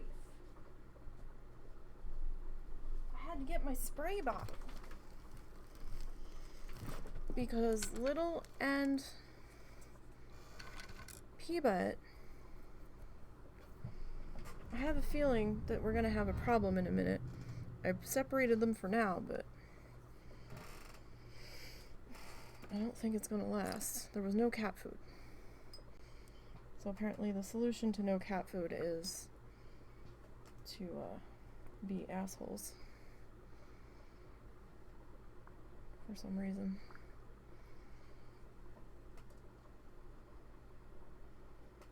I'm just trying to get some moisture on these so I don't lose all that work we did. I think I'm the lowest on black, surprisingly enough.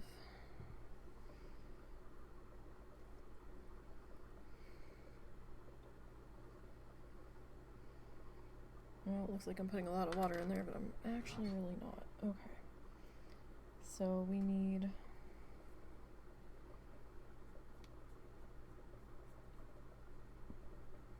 a bit of permanent red.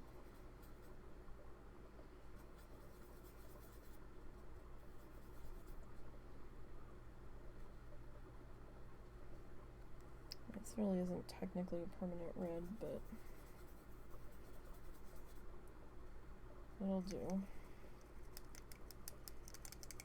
And then we need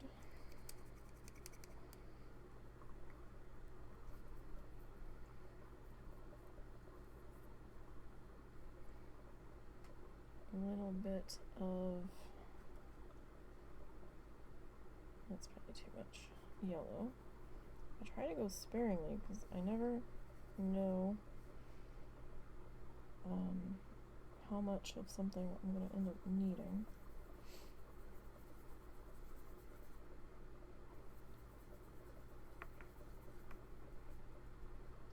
so let's grab a little bit more yellow.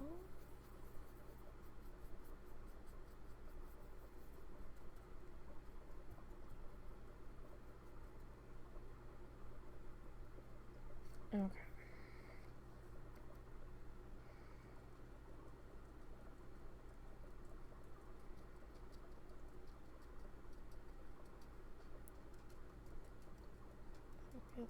This is very muted and is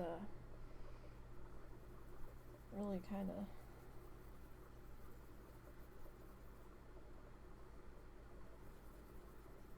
melting into the background. Not exactly what I wanted to have happen there.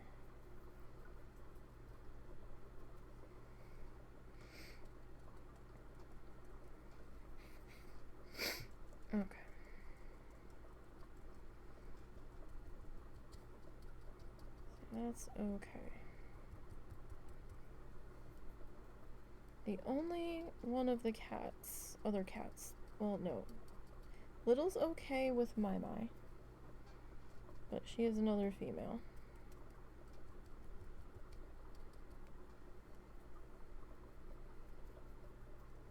And she's okay with Cow, which I'm kind of surprised about.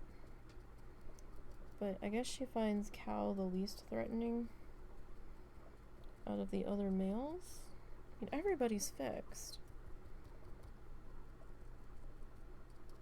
But P-Butt can be a real pain in the ass when he wants to be. And just won't let things be. And he doesn't always take the hint. Him and Ed, actually, both. She'll be sitting there growling like, back the fuck off, motherfucker. And they're like, what? Don't you want cuddles? I'm like, dude. She said stop. I mean, at least she fucking defends herself, I guess. Mai won't defend herself. Mai will crouch down and just growl and huddle and then pee and then run. At least Little will attempt to defend herself if it comes to it. I want a little bit more yellow in there.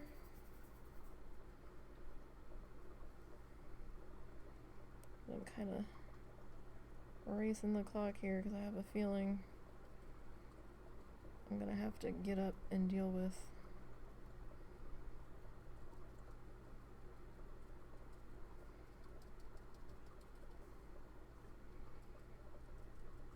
a cat fight. It feels like it's gonna be one of those nights where I'm gonna get into bed, get settled, be just about asleep, and hear them start, and then have to jump up and fucking chase their asses down and be like, what the hell are you doing?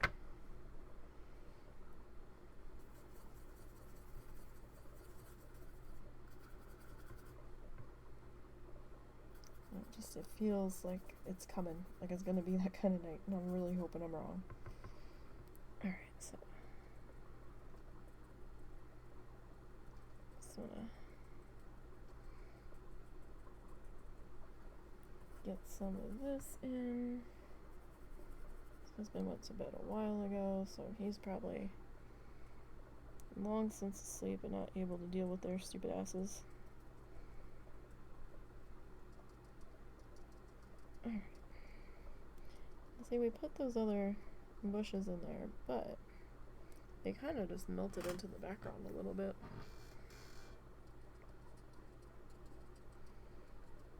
They're not really visible anymore. That's okay. Alright, so all we got left to do now is signy the signy. So all in all, on the whole, I don't think it came out too bad. I think we did manage to salvage it. So, you know, we'll see how things go.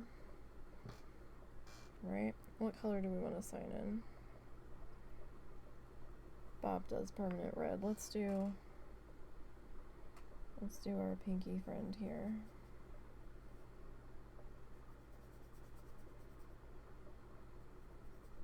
I have to figure out how to change this to like a flamingo webbed foot.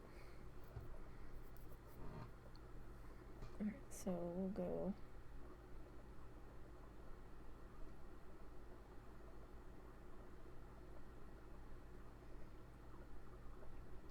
I've been doing like the animal paw, but I need to change it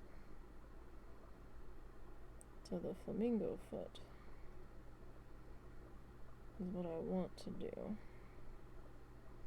Okay, So, I mean, it looks like a fucking flower, but we know right here now it's supposed to be a flamingo foot. That little funny squiggle. Okay. Alright. And that is gonna do it. So I thank you guys for hanging out with me on this bonus art stream. We did manage to get... Oh, right. We should pull this off. Hang on. Let me pause Bob. Let me set that up there out of the way. Grab our towel. We'll put that back there. Alright, so we should peely peel and hope that the tape held, that we didn't get any bleed under. Always a concern. But no, I thank you guys for hanging out with me this evening while we start to get our new super side project off the ground.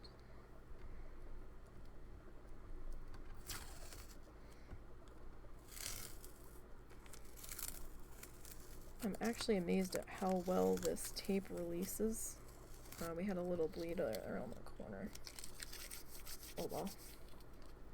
I haven't had this tape rip my paper yet. Not significantly. And one of the projects it was taped to for a couple of months.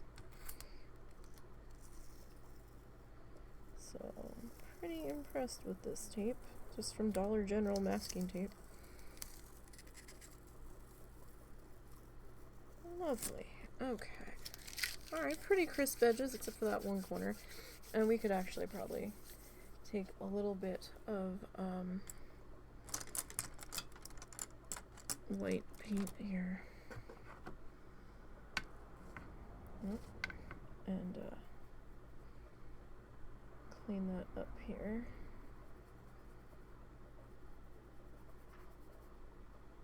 Just a little bit.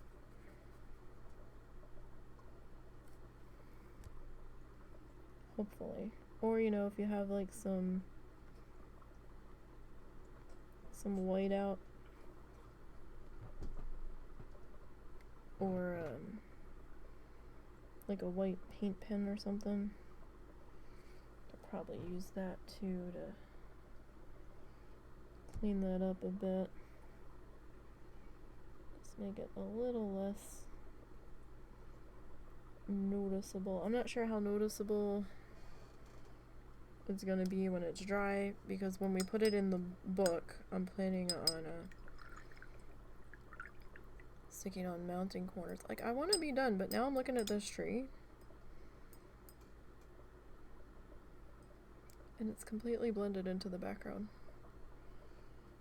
Like, completely. Like, what the hell? You weren't supposed to do that, Mr. Tree. Mr. Tree. Mr. Tree. We have to have a chat.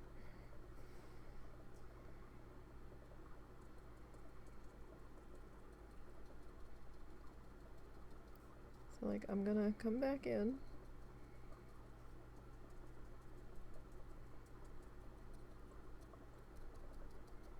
And we're gonna do it this way. Have to be careful on the edges there because we don't have our tape protecting our border anymore.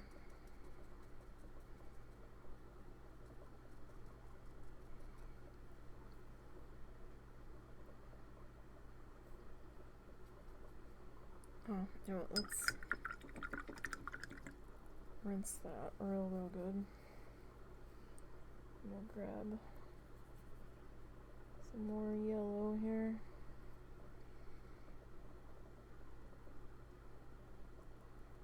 And perhaps we'll let it just kind of mix in on here. We had water drip off of the edge of the brush. That was definitely not intended.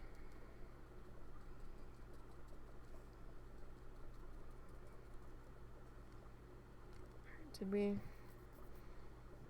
Alright, that might be a little bit better. So, like, I'm looking at it, I'm like, it just looks like a tree trunk now. Where the hell's the rest of the tree? Alright. Now we're gonna be done. So, thank you guys. Socially things are down below. This one will end up on the Nisey Paints playlist on the YouTubes. Perhaps eventually I'll do a compilation of speed paints for the whole season. We'll see. We'll see. That's a lot of editing. This is a long-term project. So, until next time, you guys, I will see you on Thursday for some more Coral Island. You all have a good week.